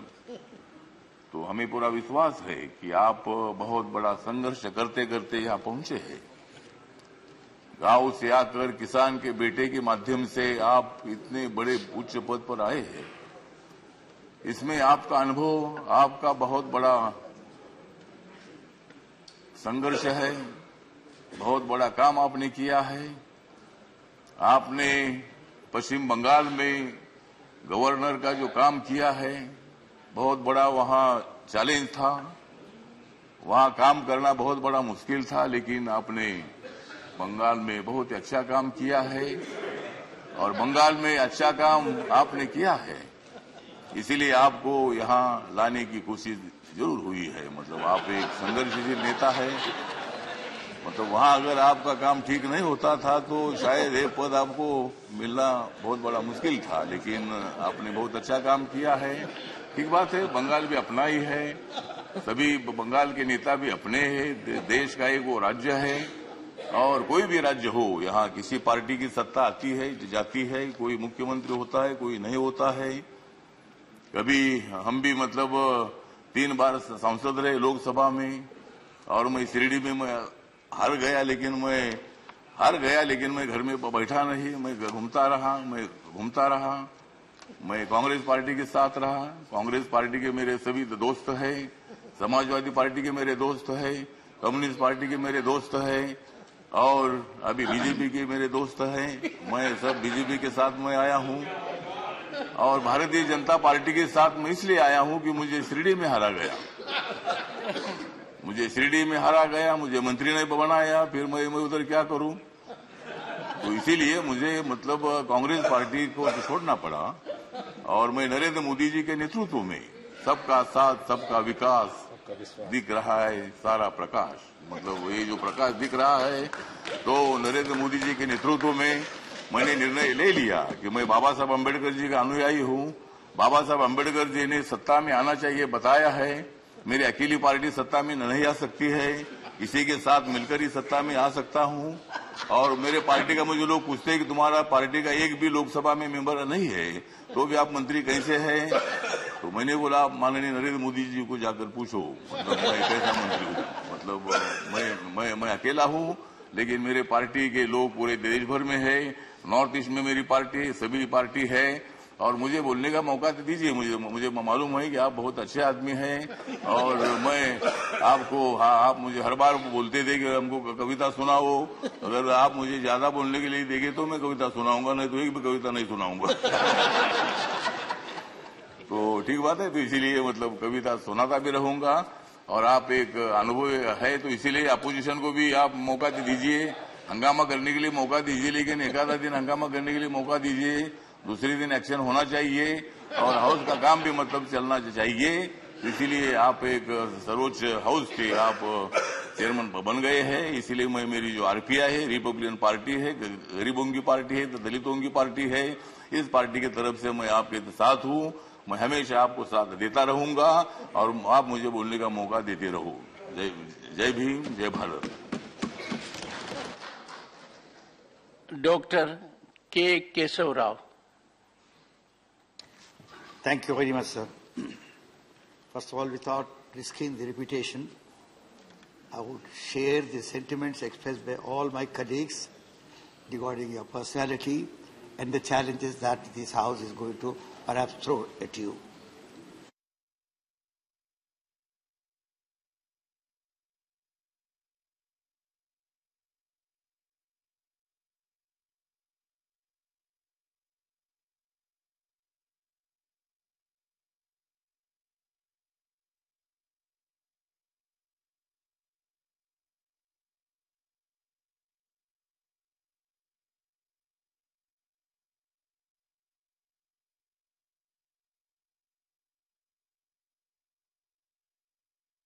श्री BL वर्मा जी। माननीय अध्यक्ष महोदय, allow you, no, बाबू जी। 6 जुलाई 2021 को नए सहकारिता मंत्रालय के गठन के बाद माननीय प्रधानमंत्री के सहकार से समृद्धि के विजन को अकल्पनीय तरह से पूरा करते हुए हमारे माननीय केंद्रीय मंत्री जी ने की ओर से जो प्रस्ताव किया है कि मैं प्रस्ताव करता हूं कि बहुराज्य सहकारी सोसाइटी अधिनियम 2002 का और संशोधन करने के लिए विधेयक को पुनर्स्थापित करने की अनुमति दी जाए।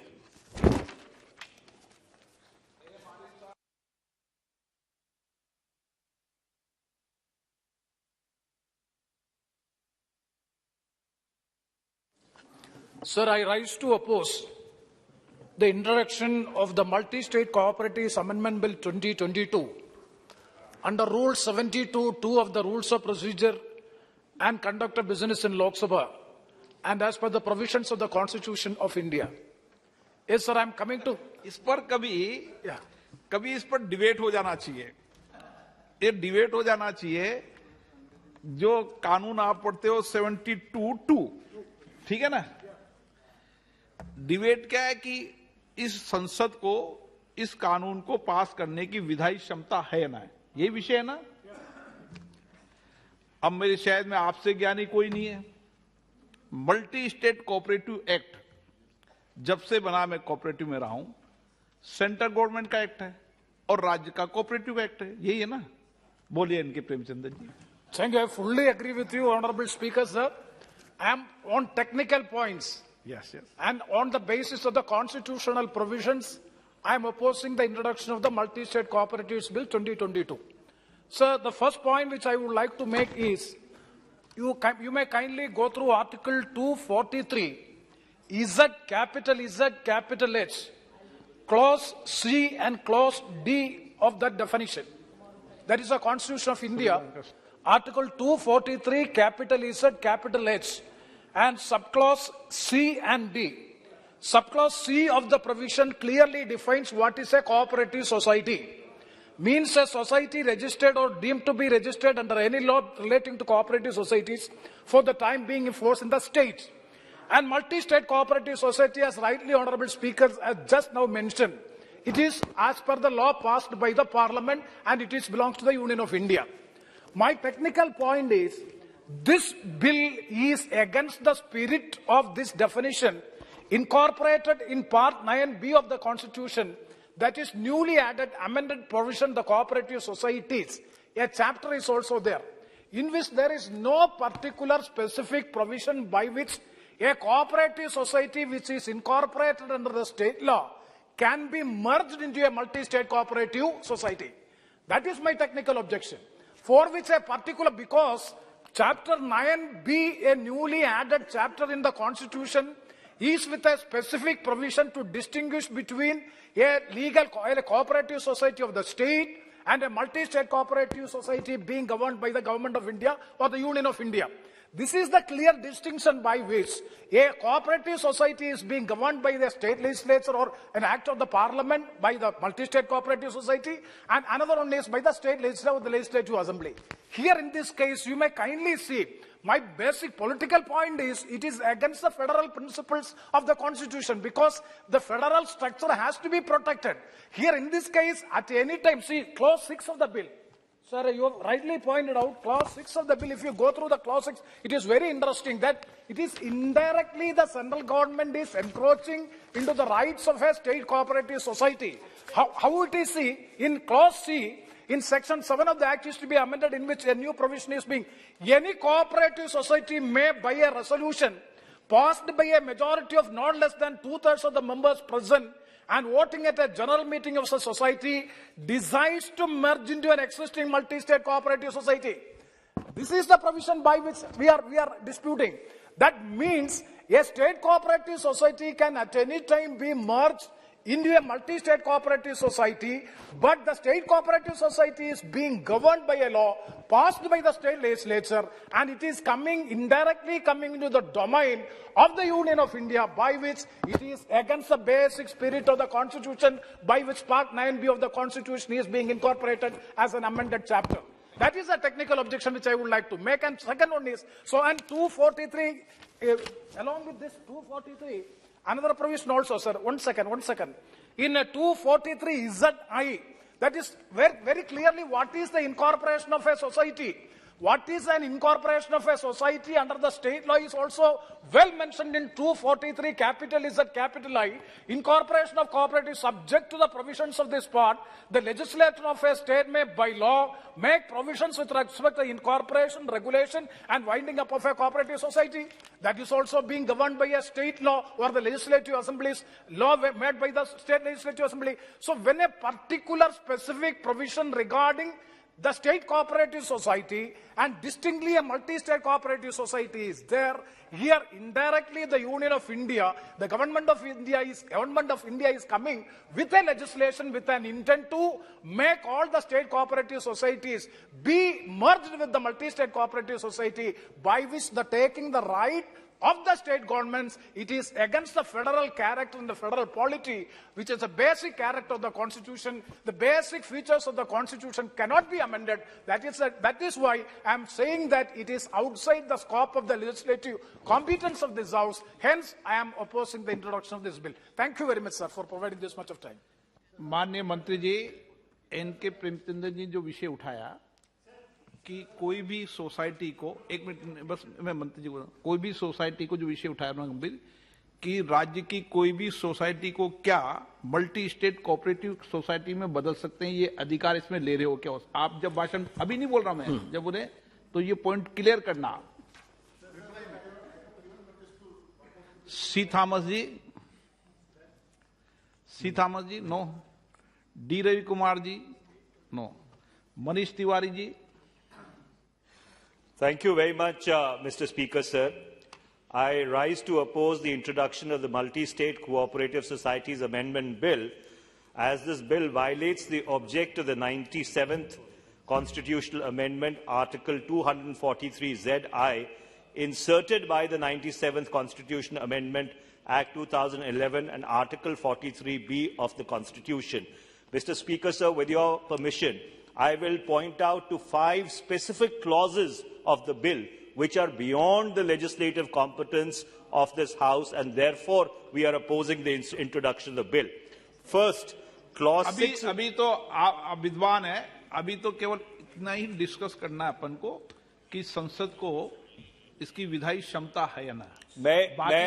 जब आप पूरा विषय जब इस पर डिस्कस हो तो पूरा स्पीकर साहब, मैं वही प्रावधान के और आपका ध्यान दिलवा रहा हूं जो प्रावधान सीधा इस सदन के लेजिस्लेटिव कॉम्पिटेंस के बाहर है। मैं उससे बाहर जाने की कोशिश नहीं कर रहा।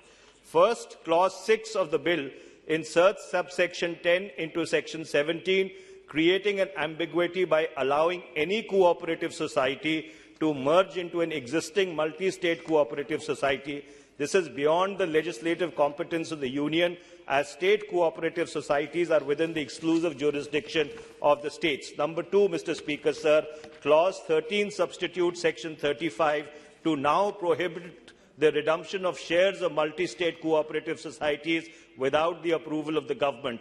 This strikes at the very heart of the principles of autonomous functioning of cooperative societies, which the 97th Amendment sought to introduce by virtue of Article 45B of the Constitution.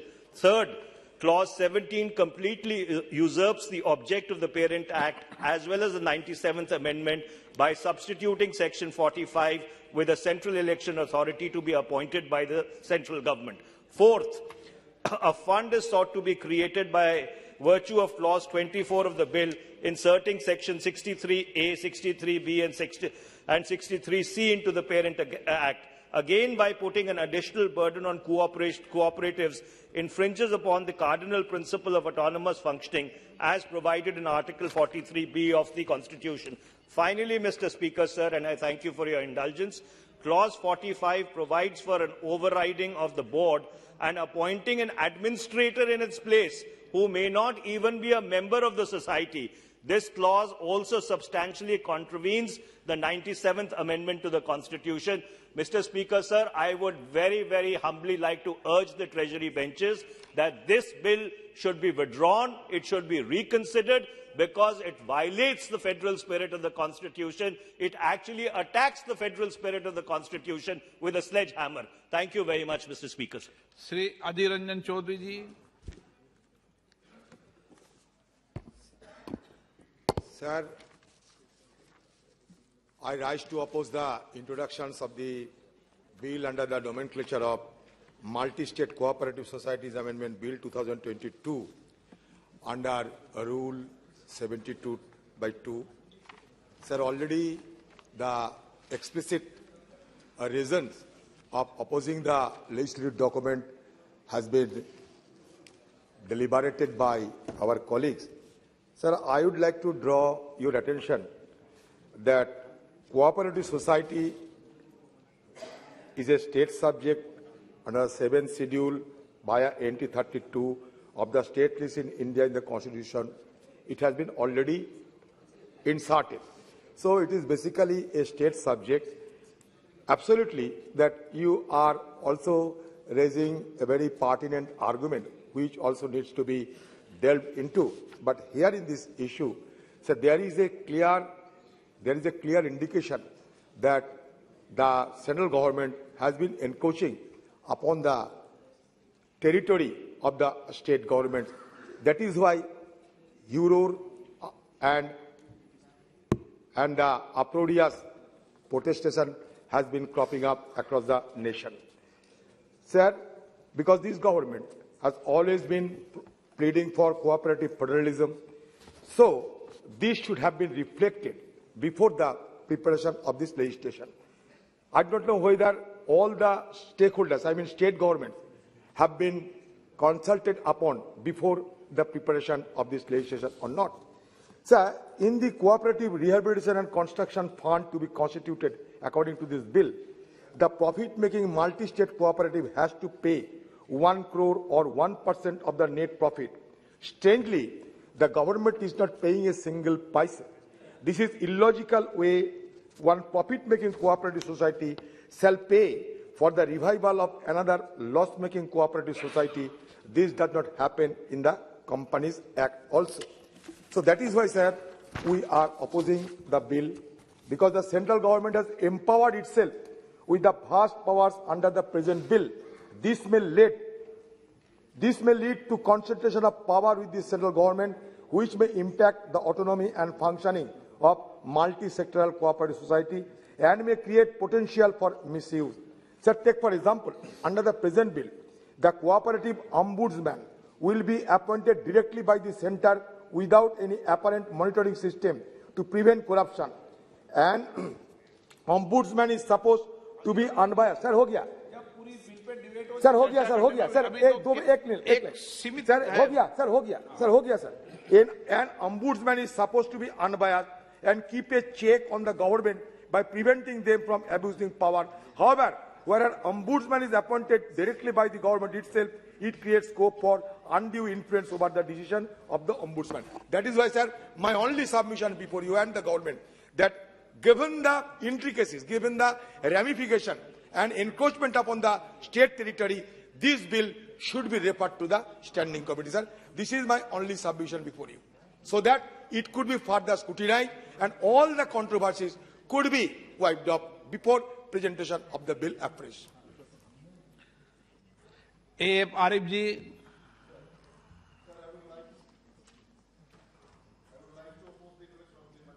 Cooperative Societies Amendment Bill 2020. As per the constitutional list and also judgment from Supreme Court, the central government can make any law without the consultation of the states in cooperative societies. The amendments in the bill is a proposal for the complete centralization of authority, and this is a frontal attack on the federal principle of our constitution. Necessary consultation is needed of the state governments. So I also support the members who are raised the arguments against the introduction of the bill. The bill may be sent to the subject committee, concerned as a committee. Sogat Rai ji. under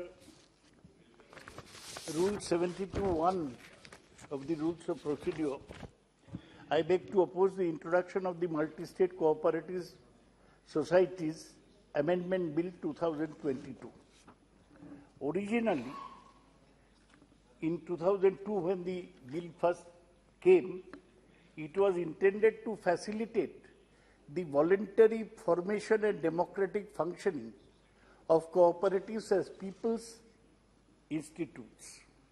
But it seems that with this bill, the central government is planning to take away the powers of the state government with regard to cooperatives. So it has 4 proposals. One, setting up of cooperative election authority. Earlier, cooperative elections were looked after by the state government. It takes that away. 2. No. Sir. चलो आप मैं भी cooperative में रहा हूं, इसलिए मैं भी कोऑपरेटिव के सिस्टम को जानता हूं. मैं जानता हूं, आप बहुत एक्सपर्ट है. कोटा में जो कोऑपरेटिव बना उसमें आप मेंबर थे, अब सेक्रेटरी भी थे. मुझे पता है सर. तो आपके बारे में हम लोग सब कुछ जानकारी लेके ही बोलते हैं. Sir, they are proposing a cooperative revival fund. And 3, as Adhi mentioned, they are planning to set up a cooperative ombudsman. 4, they are increasing monetary penalties on multi-state cooperative societies.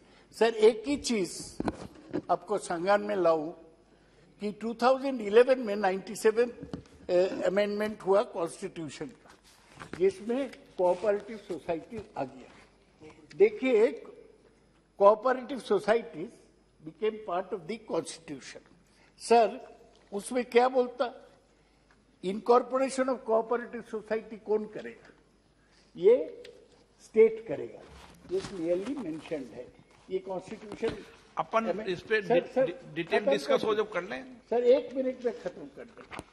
And the 243 ZR gives an application to multi-state cooperative societies. ये constitution amendment में लाए. ये bill में बोला गया, bill में objection reason में बोला गया कि वो अमेंडमेंट के बाद, कॉन्स्टिट्यूशन अमेंडमेंट के बाद, in view of the insertion of the said part, it has become imperative to amend the act. It's not clear to me how the act is related to the constitution amendment. 2011, the amendment came. This government has been in power for 8 years. They have not amended. Suddenly, Mr. Shah comes forward with amendment of this. Sir, this bill impinges on the rights of the state. It impinges on the right of people to form cooperative on their own will, and it basically will act in bringing more control over multi-state cooperative societies by the central government. I am totally opposed. It's undemocratic, it's anti-constitutional, and it violates the spirit of cooperatives and cooperation in the... So send it to a standing committee, please. You have the power. If you write one line, then everything will go to standing committee. ये आप कर दीजिए. I am not a lion like other members. I am on a point of common man's view. This Multi-State Cooperative Societies Amendment Bill 2022 was stoutly opposed, being opposed by me, because of the reason. Sir, actually, it gives an impression as though the chairman and vice chairman and members and the secretary are just selected by the central government only. There is no democratic policies or principles adopted. Yes, sir. That is why the objection is there is no point of view from the democratic